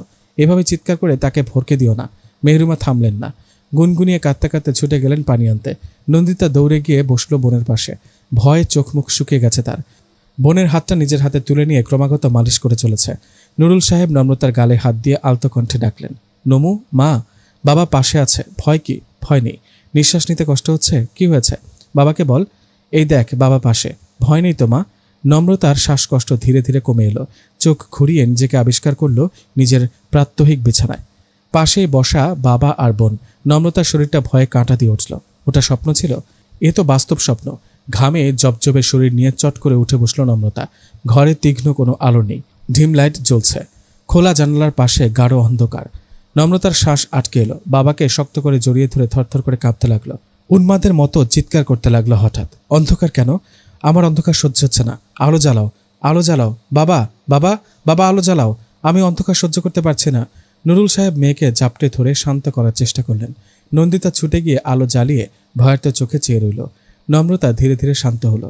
নুরুল সাহেব এই নিয়ে কোনো প্রশ্ন করলেন না, মেয়েকে জড়িয়ে ধরে চুপ করে বসে রইলেন। দোয়া পড়ে মেয়ের গায়ে বার কয়েক ফোঁ দিয়ে মেয়েকে পানি খাওয়ালেন। তারপর আবারও আগের মতোই মেয়েকে জড়িয়ে ধরে বসে রইলেন চুপচাপ। সে রাতে ছোট্ট নন্দিতা পর্যন্ত ঘুমোতে গেল না, বোনের এক হাত ধরে চুপ করে বসে রইল। ঘণ্টা দুয়েকের মধ্যেই ধুম করে জ্বর হলো নম্রতার। মেয়ের ভয়ানক জ্বরে দিশেহারা হয়ে পড়লেন মেহরুমা। মেয়েকে বাবার কাছে রেখে অজু করে জানামাজে বসলেন। কলিজার মেয়েটার জন্য ভেতরটা পুড়ে যাচ্ছে তার। বেশ তো বন্ধুর বিয়ে থেকে এলো, হঠাৎ কি হলো মেয়েটার? রাত বিরেতে ঘুরে বেড়ায়, খারাপ কিছু নজর পড়েনি তো আবার? তখন মধ্যরাত 12টা কি 1টা বাজে। ছোঁয়ার বিয়ে থেকে ফিরে ঘুমানোর প্রস্তুতি নিচ্ছে নীরা। বিছানার এক কোনায় বসে তার দিকে অপলক চেয়ে আছে অন্তু। ভীষণ অস্বস্তিতে কাটা হয়ে আছে নীরা। কাল রাতের অমন ঘটনার পর লজ্জায় মাথা তুলে তাকানো যাচ্ছে না, অথচ অন্তুর চোখে যেন আজ রাজ্যের অবসর। নীরা আর চোখে তাকায়, সাথে সাথে চোখে চোখ পড়ল দুজনের। নীরা দ্রুত চোখ সরিয়ে নিয়ে অন্তুর দিকে পিঠ করে বিছানায় বসল। চুলগুলো হাত খোপা করে গুটিসুটি হয়ে শুয়ে পড়ল এক কোনায়। কাঁথা দিয়ে টুপ করে মুখ ঢেকে নিয়ে চোখ দুটো খিচে বন্ধ করে ফেলল লজ্জায়। পুরো ব্যাপারটা সূক্ষ্ম চোখে নিরীক্ষণ করে বেশ মজা পেয়ে গেল অন্তু। নীরার দিকে কিছুটা সরে বসে নীরার মাথার কাছাকাছি ঝুঁকে এসে হুট করে টেনে সরিয়ে দিল কাঁথা। নীরা বিস্ময় নিয়ে তাকাতেই হাসল অন্তু। চোখ টিপে বলল, হ্যালো। নীরা ভরকে গেল, কাঁথা নিয়ে আবার মুখ ঢাকল। অন্তু আবারও একই কাজ করতেই 2 হাতে মুখ ঢেকে অসহায় কণ্ঠে বলল নীরা, উফ, আমি লজ্জা পাচ্ছি। নীরার কথায় হুহা করে হেসে উঠল অন্তু। জোর জবরদস্তি করে নীরার হাত দুটো সরিয়ে দিয়ে নীরাকে অনুসরণ করে বলল, উফ, এত লজ্জা কেন পাচ্ছেন? নীরা হেসে ফেলল। অন্তু টুপ করে চুমু খেয়ে নিল নীরার কপালে। সেই প্রথম দিনের মতোই ঘটনার পুনরাবৃত্তি ঘটালো অন্তু। নীরার ওপর দিয়ে হাত বাড়িয়ে আলো নেভালো, কিন্তু সরে গেল না। জহুরি চোখে চেয়ে রইল নীরার চোখে, ঠোঁটে লতানো দেহে। নীরার গায়ে আজও পাতলা শাড়ি, মৃদু সবুজ আলোতে মোমের মতো জলজল করছে ফর্সা উদর, নারী দেহের আকর্ষণীয় বাঁক। অন্তুর চোখের সুপ্ত মুগ্ধতা এবার জলজল করে উঠল চোখে। মাথা নুইয়ে ঠোঁট রাখল ঠিক সেখানে যেখানে একবার আকস্মিক কাঁপন ধরিয়েছিল নীরা। গলদেশের পাশটায় আকাঙ্ক্ষিত পুরুষের গাঢ় ছোঁয়া পেয়ে কেঁপে উঠল নীরা। ছোঁয়ার প্রখরতা বেড়ে ঠোঁটের কাছে পৌঁছতেই ষষ্ঠ ইন্দ্রিয় জানান দিল এক অভাবনীয় আনন্দ বার্তা। প্রতীক্ষার সম্ভাব্য অবসান। আকাশের কোণে প্রত্যুষের দেখা মিলতেই জ্বর নেমে এলো নম্রতার। দুর্বল হয়ে পড়ল শরীর। ঠিক আজই বাদ জোহরে আরফানের বাড়িতে নিমন্ত্রণ রক্ষার দিন। অন্য কোনো দাওয়াত হলে চোখ বন্ধ করে নাকচ করতেন নুরুল সাহেব, কিন্তু এবার তা করলেন না। মেয়ের এই নাজুক অবস্থায় আরফানের সাথে দেখা হলে ভালো লাগবে ভেবে দাওয়াত রক্ষার প্রস্তুতি নিলেন তিনি। কিন্তু সেখানে গিয়ে ঘটল আরেক দুর্ঘটনা। আরফানদের বাড়িতে চাপা উচ্ছ্বাস, চারদিকে নতুন অতিথি আপ্যায়নের ব্যস্ততা, হাসি আড্ডায় মাতোয়ারা হয়ে আছে চারপাশ। এমন একটা আনন্দঘন পরিবেশে চুপচাপ বসে আছে নম্রতা, চোখ মুখ ফ্যাকাশে, দৃষ্টি অস্থির, মস্তিষ্কে চলছে ভয়ানক দ্বন্দ্ব। আরফান কেন বাড়িতে নিয়ে আজ? নির্জা বলেছিল দুপুরের খাবারটা আজ বাড়িতেই খাবে আরফান, ফিরবে জলদি, কিন্তু ফিরল না তো। নম্রতা অস্থির চোখে ঘড়ির দিকে তাকালো। একসময় ঘড়ির কাঁটা এসে ঠেকল 2টোয়, তারপর 3টা। আরফান ফিরল না। নম্রতার হঠাৎ করে মনে হলো নম্রতার উপস্থিতি আরফানের না ফেরার কারণ। নম্রতা আছে বলে কি বাড়ি ফিরল না আরফান? নম্রতাকে এড়িয়ে চলার জন্য? নম্রতার মুখোমুখি হওয়ার ভয়ে কি আরফানের এই আত্মগোপন? নম্রতার গলা শুকিয়ে এলো, অচেনা এক ভয়ে কেঁপে উঠল বুক। গায়ের জ্বরটা আবার তরতর করে বেড়ে গেল, শরীরটা দুর্বলতায় অসাড়। ঘড়ির কাঁটা 3টায় গড়াতেই খাবারের জন্য তাড়া দিলেন আরফানের মা। আরফান কোনো কাজে আটকে গিয়েছে ভেবে অপেক্ষা দীর্ঘস্থায়ী না করে খাবার টেবিলে বসল সবাই। কিন্তু নম্রতার মস্তিষ্কেও ঘটনাটা সহজভাবে নিতে পারল না। বারবার মনে হতে লাগলো কোনো কাজ নয়, বাড়ি না ফেরাটা আরফানের ইচ্ছেকৃত। নম্রতার উপস্থিতি তার না ফেরার কারণ। অতিরিক্ত মানসিক চাপ, শারীরিক দুর্বলতা আর জ্বরের প্রখরতায় 2 লোকমা খাবারও মুখে তুলতে পারল না নম্রতা। সবই কেমন বিষাদ তেঁতো। তার থেকেও বড় কথা, খাবারটা যে গলা দিয়ে নামছে না। নম্রতা পানি দিয়ে খাবারটুকু গিলে নিতে নম্রতার মুখোমুখি চেয়ারটিতে এসে বসল নিদ্রা। খাবারের প্লেট তুলে নিতে নিতে বলল, নিষ্প্রভ ভাইয়া তো হসপিটালে নেই মা। হসপিটাল থেকে জানালো ভাইয়া প্রায় 3-4 ঘন্টা আগে বেরিয়ে গিয়েছে। আরফানের মা ভ্রু কুঁচকালেন, ঘড়ির দিকে চেয়ে বললেন, হসপিটালে নেই? তবে গিয়েছে কোথায়? ওকে ফোন দাও। নিদ্রা ঠোঁট উল্টে বলল, ভাইয়ার ফোন একবার সুইচ অফ, একবার নেটওয়ার্ক বিজি, ভাইয়াকে ফোনে পাওয়া যাচ্ছে না। নম্রতা চমকে উঠল। হঠাৎ করেই মনে পড়ে গেল রাতে দেখা স্বপ্নের কথা। আরফানের বলা বিষাক্ত সেই বাক্য, আপনি হারিয়ে যান নম্রতা, হারিয়ে যান। তবে কি আরফানই হারিয়ে যাচ্ছে দূরে, নম্রতা থেকে বহু দূরে? নম্রতা তপ্ত শ্বাস ফেলল। আশপাশটা ঝাপসা লাগছে, সেই স্বপ্নের মতোই অস্পষ্ট লাগছে সব। নম্রতা হাত বাড়িয়ে পানির গ্লাস নিল। কাঁপা কাঁপা হাতে চলকে উঠল গ্লাস ভর্তি জল। 2 ঢোক পানি গলায় ঢালতেই মুখ ভর্তি বমিতে ভাসিয়ে দিল শরীর। নিস্তেজ শরীরে দ্বিতীয়বার বমি করে, তৃতীয়বারে জ্ঞান হারালো নম্রতা। নম্রতার হঠাৎই এই অবস্থায় ভরকে গেল সবাই, আতঙ্কিত হয়ে উঠল। খাবার দাবার সব সেভাবেই পড়ে রইল, কারো পাকস্থলী পর্যন্ত পৌঁছালো না। নুরুল সাহেব মেয়েকে নিয়ে হাসপাতালে ছুটতে চাইলেও বাধা দিলেন আরফানের মা। নম্রতাকে খোলামেলা একটি ঘরে শুইয়ে দিয়ে পরিচিত ডাক্তারের সাথে যোগাযোগ করলেন। নম্রতার কাপড় পাল্টে নিদ্রার কাপড় পরানো হলো। হাতে পায়ে তেল মালিশ করতে করতে অপরাধী কণ্ঠে বললেন, মেয়েটা আমাদের বাড়িতে এসে এভাবে অসুস্থ হয়ে পড়ায় ভীষণ লজ্জিত বোধ করছি ভাই সাহেব। মেয়েটাকে অসুস্থ অবস্থায় যেতে দিতে বিবেকে বাঁধছে। আমাদের বাড়িতে এসে অসুস্থ হয়েছে, আমাদের সেবায় সুস্থ হোক। নিজ পায়ে হেঁটে এসেছে, নিজ পায়ে হেঁটে ফেরার সামর্থ্য হোক। এইটুকু সুযোগ আমাদের দিন, নয়তো নিজের বিবেকের কাছেই বড্ড খচখচ করবে। নুরুল সাহেব ভদ্রমহিলার অনুরোধ ফেলতে পারলেন না। আরফানেরই এক ডাক্তার বন্ধু বাড়ি বয়ে এসে নম্রতাকে দেখে গেলেন। কিছু অ্যান্টিবায়োটিক প্রেসক্রাইব করলেন, স্ট্রেস কমানোর ঔষধ আর পরপর 2টো স্যালাইন পুশ করলেন। নুরুল সাহেবকে বলে গেলেন, রাতে আবারও বমি হলে বা শরীর খুব দুর্বল মনে হলে আরও একটা স্যালাইন দিতে হতে পারে। আপনারা আরেকটা স্যালাইন ম্যানেজ করে রাখবেন, আর উনাকে স্ট্রেস থেকে দূরে রাখুন আপাতত। 2-1 দিন যাবৎ হয়তো কোনো কারণে খুব দুশ্চিন্তা করছেন। প্রেশারের অবস্থা ভয়াবহ। নম্রতার জ্ঞান ফিরল প্রায় 2-3 ঘন্টা পর। তখন বিকেল গড়িয়ে সন্ধ্যা নেমেছে। জানালার কার্নিশে এসে বসেছে ক্লান্ত শালিক। নম্রতার জ্ঞান ফেরা পর্যন্ত অপেক্ষা করছিলেন ডাক্তার। জ্ঞান ফিরতেই দ্রুত একটা ইঞ্জেকশন পুশ করলেন। নম্রতা ঝাপসা চোখে বাবা বোনের মুখের দিকে তাকালো। ঘোলা মস্তিষ্কে বার দিয়ে কি আরফানকে খুঁজল? হয়তো খুঁজল, নয়তো নয়। মিনিট 5-এর মাঝেই ধীরে ধীরে তলিয়ে গেল অতল অন্ধকার ঘুমের রাজ্যে। ঘুমিয়ে যাওয়ার আগ মুহূর্তে খুব মৃদু কিছু শব্দ ভেসে এলো কানে। নম্রতার মনে হলো এ যেন অন্য কোনো পৃথিবীর শব্দ। বহু দূরের পথ অতিক্রম করে শব্দরা বুঝি ক্লান্ত, অবিশ্রান্ত, নম্রতার মতোই নিদ্রাগত। ভাবিকে তো বেশ কয়েকবার হসপিটালে দেখেছি, খুব মিশুক আর হাসি খুশি মনে হয়েছিল তখন। হঠাৎ এভাবে অসুস্থ হয়ে পড়লেন যে। আরফান কোথায় আন্টি? আরফানের মা ভারী নিঃশ্বাস ফেললেন, কপাল কুঁচকে এলো। দুশ্চিন্তায় থমথমে হয়ে গেল তার সুন্দর মুখ। এক ছেলেকে হারানোর পর এই ছেলেকে নিয়ে বড় হয়, ঠিক এই বয়সে এসেই হারিয়ে গেল বড় ছেলেটা। বাড়িতে সেদিনও আত্মীয় স্বজনের মেলা। স্নিগ্ধার বাড়ি থেকে আত্মীয় এসেছে বিয়ের তারিখ ঠিক করার উদ্দেশ্যে। এমন সময় আইসক্রিমের জন্য বায়না ধরল নিদ্রা, সেই সাথে বিশাল এক টেডি বিয়ার। বোনকে শান্ত করতে হাসি মুখে বেরিয়ে গেল নেহাল। সেই যে গেল আর ফিরল না। সেই হাসি মাখা মুখটা আর হাসল না। ভদ্রমহিলার ভেতরটা হু হু করে উঠল। ভয়ার্থ চোখে নম্রতার ঘুমন্ত মুখটির দিকে তাকালেন। সেদিনও ঠিক এভাবেই এই বিছানাতে অচেতন হয়ে পড়েছিল স্নিগ্ধা। একই দৃশ্য, একই উৎকণ্ঠা। ছেলে তার ঘরে ফিরছে না, ফোনে পাওয়া যাচ্ছে না। ভদ্রমহিলার ভেতরটা থরথর করে কাঁপতে লাগলো। পুরাতন স্মৃতি, পুরাতন ইতিহাসগুলো ভেসে উঠল একের পর এক। রক্তাক্ত হলো বুক, দলা পাকালো এক সমুদ্র কান্না। সূর্যের আলো যখন নরম হয়ে এলো, গোধূলি হানা দিল দরজায়। কোণে দেখা আলোয় উচ্ছ্বসিত হলো চারপাশ। ঠিক তখনই সিরাজগঞ্জ গিয়ে পৌঁছালো আরফান। ঘড়িতে তখন 3:30 কি 4টা বাজে। আরফান ক্লান্ত চোখে চারপাশটা দেখল। বাস স্ট্যান্ডের পাশের এক চায়ের স্টল থেকে 1 কাপ চা খেয়ে আবারও রাস্তায় নামলো। ভাই, এখান থেকে কামারখন্দ কত দূর? লোকটি আরফানকে আগাগোড়া দেখিয়ে নিয়ে বলল, কামারখন্দ কই যাইবেন? কামারখন্দ উপজেলা স্বাস্থ্য কমপ্লেক্সে যাব। এখান থেকে যাওয়ার উপায় কি? লোকটি বোধহয় বাসের কন্ট্রাক্টর। আরফানের সাথে কথা বলতে বলতে একটা চলন্ত বাসে লাফিয়ে উঠে বলল, এখান থেকে 35-40 মিনিট লাগবে কামারখন্দ যাইতে। সিএনজি বা অটো ধরে চলে যান, মোড়ে সিএনজি পাইবেন। আরফান দীর্ঘশ্বাস ফেলল। মোড়ে গিয়ে সিএনজি ধরে সিএনজিতে উঠে বসতেই পেটে মোচড় দিয়ে উঠল ক্ষুধা। হুট করে মনে পড়ে গেল সারাদিন খাওয়া হয়নি তার। হাসপাতাল থেকে 11টার দিকে বেরিয়ে শাহবাগ গ্রন্থাগারে গিয়েছিল আরফান। 2 ঘন্টা সময় নিয়ে 2 তলার সেই পরিচিত তাকের প্রতিটি বই নিখুঁতভাবে পর্যবেক্ষণ করছে সে।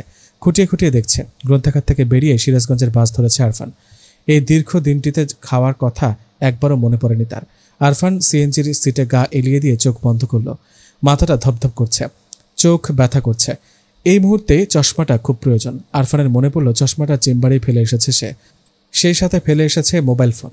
প্রায় 40 মিনিটের মাথায় কামারখন্দ গিয়ে পৌঁছালো আরফান। সেখান থেকে অটোরিকশায় কামারখন্দ উপজেলা স্বাস্থ্য কমপ্লেক্স। আরফান যখন স্বাস্থ্য কমপ্লেক্সে পৌঁছালো তখন সন্ধ্যা হয়ে এসেছে প্রায়। চারদিকে শেষ বিকেলের বিষণ্ণ আলো। স্বাস্থ্য কমপ্লেক্স বন্ধ করে দেওয়ার প্রস্তুতি চলছে। এমন সময় সুন্দর মতন এই ছেলেটা ডাক্তার মুহিব নামে একজনের খোঁজ করতেই কৌতূহল নিয়ে তাকালো সবাই। গায়ে গতরে পুরো দস্তর শহুরে মানবটিকে পরখ করে নিতেই যেন এগিয়ে এলো একজন। সন্দিহান কণ্ঠে বলল, ডাক্তার মুহিবকে দিয়ে কি কাজ? ডাক্তার দেখাবেন? আরফান গম্ভীর কণ্ঠে বলল, না, মুহিব আমার পরিচিত। ওকে গিয়ে বলুন ডক্টর আরফান দেখা করতে এসেছে, আমাকে চিনবে। লোকটির দৃষ্টি এবার শুরু হলো। আরফান যে সাধারণ কেউ নয় বুঝতে পেরে তাকে বসতে দিয়ে মুহিবকে ডাকতে পাঠালো। আরফানের নাম শুনে ঠিক চিনতে না পারলেও আরফানকে দেখে হতভম্ব হয়ে গেল মুহিব। ভীষণ বিস্ময়ে হাঁ হয়ে গেল লোকটার মুখ।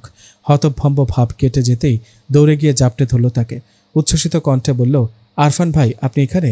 দেশে ফিরেছেন কবে? আরফান উঠে দাঁড়ালো, শুকনো হেসে বলল, সে অনেক দিন, প্রায় 1 বছর হয়ে যাচ্ছে। রাদিনের কাছে শুনলাম তুই এই স্বাস্থ্য কমপ্লেক্সে আছিস। মুহিব হন্তদন্ত করে চা বিস্কুটের ব্যবস্থা করলো। আরফানকে নিজের কেবিনে নিয়ে গিয়ে বলল, হ ভাই, কিন্তু আয় রোজগার তেমন নাই। সরকার ডাক্তারদের জীবনটা একদম খেয়ে দিল। কষ্ট করে বিসিএস পাশ করেই বা কী লাভ হইল? এমন প্রত্যন্ত অঞ্চলে পোস্টিং দিল যে জীবন শেষ। কিন্তু আপনি হঠাৎ এখানে কি মনে করে? আরফান চেয়ার টেনে বসলো। কয়েক সেকেন্ড চুপ করে থেকে সরাসরি প্রসঙ্গ টেনে বলল, তোর সাথে দেখা করতে এসেছি, বিষয়টা সেন্সিটিভ, ভেবে জবাব দিবি। মুহিব খানিক ভরকে গেল। এবার ব্যাপারটা গুরু গম্ভীর বুঝতে পেরে সোজা হয়ে বসলো। ভীত কণ্ঠে শুধালো, কোনো সমস্যা ভাই? হ্যাঁ সমস্যা। ইউএস যাওয়ার আগে একটা চিঠি দিয়েছিলাম তোকে। চিঠিটা গ্রন্থাগারে নির্দিষ্ট একটি বইয়ের মলাটের তলায় রাখতে বলেছিলাম, মনে আছে? মুহিব থতমত খেয়ে গেল। এই সামান্য একটা বিষয় জানতে আরফান এতটা ছুটে এসেছে ভাবতেই অবাক হলো। কয়েক সেকেন্ড চুপ থেকে মৃদুকণ্ঠে বলল, জি ভাই, মনে আছে। আরফান এবার তীক্ষ্ণ চোখে তাকালো। ছোট্ট নিঃশ্বাস ফেলে মুহিবের দিকে খানিক ঝুঁকে এসে বলল, চিঠিটা যার জন্য ছিল সে পায়নি। চিঠিটা বইও নেই, পুরো তাকের কোনো বইই নেই। তার মানে চিঠির জায়গা অদল বদল করা হয়নি, কিন্তু হাত অদল বদল হয়েছে। কোনোভাবে সেটা অন্য কারো হাতে পৌঁছেছে। পাবলিক লাইব্রেরিতে কাকতালীয়ভাবে চিঠিটা অন্য কারো হাতে পড়ে যেতে পারে, এটা স্বাভাবিক। কিন্তু অস্বাভাবিক বিষয়টা হলো এত খোঁজাখুঁজির পরও না পাওয়া চিঠিটা প্রায় 5 বছর পর হঠাৎই একজনের হাতে পড়ে গেল, যে নিজেকে সেই চিঠির মালিক বলে দাবি করতে লাগলো। আমি যদি কিছুক্ষণের জন্য মেনেও নেই যে সেই চিঠির মালিক, তবু একটা প্রশ্ন থেকে যায়, সে এতদিন পর আত্মপ্রকাশ ঘটালো কেন? আর যদি সে চিঠির মালিক না হয়, তাহলে তার কাছে চিঠিটা পৌঁছালো কিভাবে? প্রথম প্রশ্নের উত্তর হিসেবে সে আমায় বলেছে সে নাকি ভয়াবহ সমস্যায় পড়েছিল, তাই তৎক্ষণাৎ যোগাযোগ করতে পারেনি। আমার দৃঢ় বিশ্বাস সে মিথ্যা বলছে। দ্বিতীয় প্রশ্নের উত্তর হিসেবে যদি বলি কাকতালীয়ভাবে চিঠিটা কারো হাতে লেগে গিয়েছে, তবুও খুব লেইম একটা যুক্তি হবে। কাকতালীয়ভাবে চিঠিটা কারো হাতে লাগার পর কেউ নিশ্চয়ই চিঠিটা সযত্নে রেখে দেবে না। কনফিউশন ক্রিয়েটের চেষ্টা করতে চাইলে তখনই করতে পারত। 5 বছর যাবৎ অপেক্ষা করে বসে থাকতো না। তার মানে স্পষ্ট চিঠিটা 5 বছর আগে কেউ পায়নি, পেয়েছে আজকালের মধ্যে। কিন্তু কিভাবে সম্ভব? মুহিব অবাক চোখে চেয়ে রইল, উত্তর দিল না। আরফান দীর্ঘশ্বাস ফেলে বলল, তুই বোধহয় আমাকে সাহায্য করতে পারিস মুহিব। আমার চোখের দিকে তাকিয়ে বলতো, চিঠিটা কি সত্যি সঠিক জায়গাতে, সঠিক বইটাতে রাখা হয়েছিল? সত্যি? মুহিব থতমত খেয়ে গেল। অসহায় চোখে চেয়ে রইল আরফানের চোখে। কাকের কর্কশ ডাকে ঘুম ভেঙে গেল নম্রতার। দক্ষিণের জানালায় বসে থাকা কাকটা কৌতূহলী চোখে চেয়ে আছে। ঘর ভর্তি প্রথম ভোরের আলো। নম্রতা চোখ মেলে চারপাশটা দেখল। অপরিচিত ঘর, অপরিচিত বিছানা। সদ্য ভোরের ঝাপসা আলোয় অপরিচিত ঘরটা আরও বেশি অপরিচিত ঠেকল নম্রতার। শরীরটা দুর্বল লাগছে, হাতে পায়ে বল পাওয়া যাচ্ছে না। নম্রতা ধীরে সুস্থে বিছানা থেকে নামল। গায়ে তার নিদ্রার টি শার্ট আর ট্রাউজার। গায়ের পোশাকের দিকে কিছুক্ষণ ভ্রু কুঁচকে চেয়ে থেকে জানালার পাশে গিয়ে দাঁড়ালো সে। মিনিট খানেক ঠাঁই দাঁড়িয়ে থেকে হঠাৎই গুটি গুটি পায়ে ঘর ছাড়ল নম্রতা। আশপাশটা দেখতে দেখতে উঠে গেল ছাদে। চালচলনে তার অস্বাভাবিকতার ছোঁয়া, যেন ঘুম আর জাগরণের মাঝামাঝি কোনো রাজ্যে হেঁটে বেড়াচ্ছে সে। ছাদের দরজায় পৌঁছেই স্তম্ভিত হয়ে গেল নম্রতা। ছাদটাকে হঠাৎ করেই রূপকথার রাজ্য বলে মনে হলো। বিশাল ছাদটা ভোরের ফ্যাকাশে আলো আর কুয়াশায় ঝাপসা দেখাচ্ছে চোখে। সে ঝাপসা আলোতেই টানা বারান্দা দেওয়া ছনের ঘরটা চোখে পড়ল নম্রতার। বারান্দার বাঁশগুলো বাহারি লতা পাতায় ঢাকা। ঘরের পাশে মাঝারি আকারের শিউলি গাছ, ফুটন্ত কিছু শিউলি। কুয়াশায় ডুবে থাকা ঘরটা যেন দরদি শিল্পীর ভীষণ দরদ দিয়ে আঁকা প্রকৃতির গল্প। ফুল গাছে ভরে থাকা চারপাশটা কি স্নিগ্ধ! এ যেন এক রূপকথার বেলি ফুলের রাজ্য। নম্রতা বিস্ময় নিয়ে সামনে এগোলো। ঘরের সামনের 2-3 হাতের রাস্তাটা শিউলির চাদরে ঢাকা। নম্রতা কৌতূহল নিয়ে বারান্দার সামনে গিয়ে দাঁড়ালো। বারান্দার এক কোণায় ছোট্ট একটা দোলনা। দরজার পাশের দেওয়ালটিতে ঝুলছে ভীষণ পুরনো এক হারিকেন। পশ্চিমের দেওয়ালটিতে নকশা করা বেতের বাক্স, তাতে গুটি গুটি অক্ষরে লেখা ডাক পিয়ন। নম্রতার ঠোঁটে হাসি ফুটল, চোখে ফুটল রাজ্যের বিস্ময়। ঢাকা শহরে এমন একটা ঘর, অবিশ্বাস্য। নম্রতা ডাক পিয়নের দিকে পা বাড়াতেই অদ্ভুত তীক্ষ্ণ কণ্ঠে চেঁচিয়ে উঠল কেউ, শ্যামলতা, শ্যামলতা, চিঠি, চিঠি, আমার নাম ডাক পাখি, আমার নাম ডাক পাখি। নম্রতা চমকে 2 পা পিছিয়ে দাঁড়ালো। ভীষণ ভীত চোখে আশপাশে তাকালো। কই, কেউ তো নেই। নম্রতার ভাবনার মাঝে আবারও চেঁচিয়ে উঠল সেই কণ্ঠ, শ্যামলতা, শ্যামলতা, চিঠি, চিঠি। নম্রতা এবার ভয়ে ভয়ে বারান্দার দিকে তাকালো। বিস্ময় নিয়ে আবিষ্কার করলো বারান্দার এক কোণায় ঝুলছে খাঁচায় বন্দি হৃষ্টপুষ্ট টিয়া পাখি। নম্রতা বোকা বোকা চোখে চেয়ে রইল। টিয়া পাখিটা তার নামই তো ডাকছে। কি আশ্চর্য, পাখিটা তাকে চেনে। নম্রতার ভাবনার মাঝে দরজা খুলে বেরিয়ে এলো দীর্ঘকায় এক মানব। নম্রতা চোখ ফিরিয়ে দরজার দিকে তাকালো। মানুষটির গায়ে অফ হোয়াইট টি শার্ট, মাথা ভর্তি ভেজা চুল, চোখ দুটোতে এক রাজ্য বিস্ময়।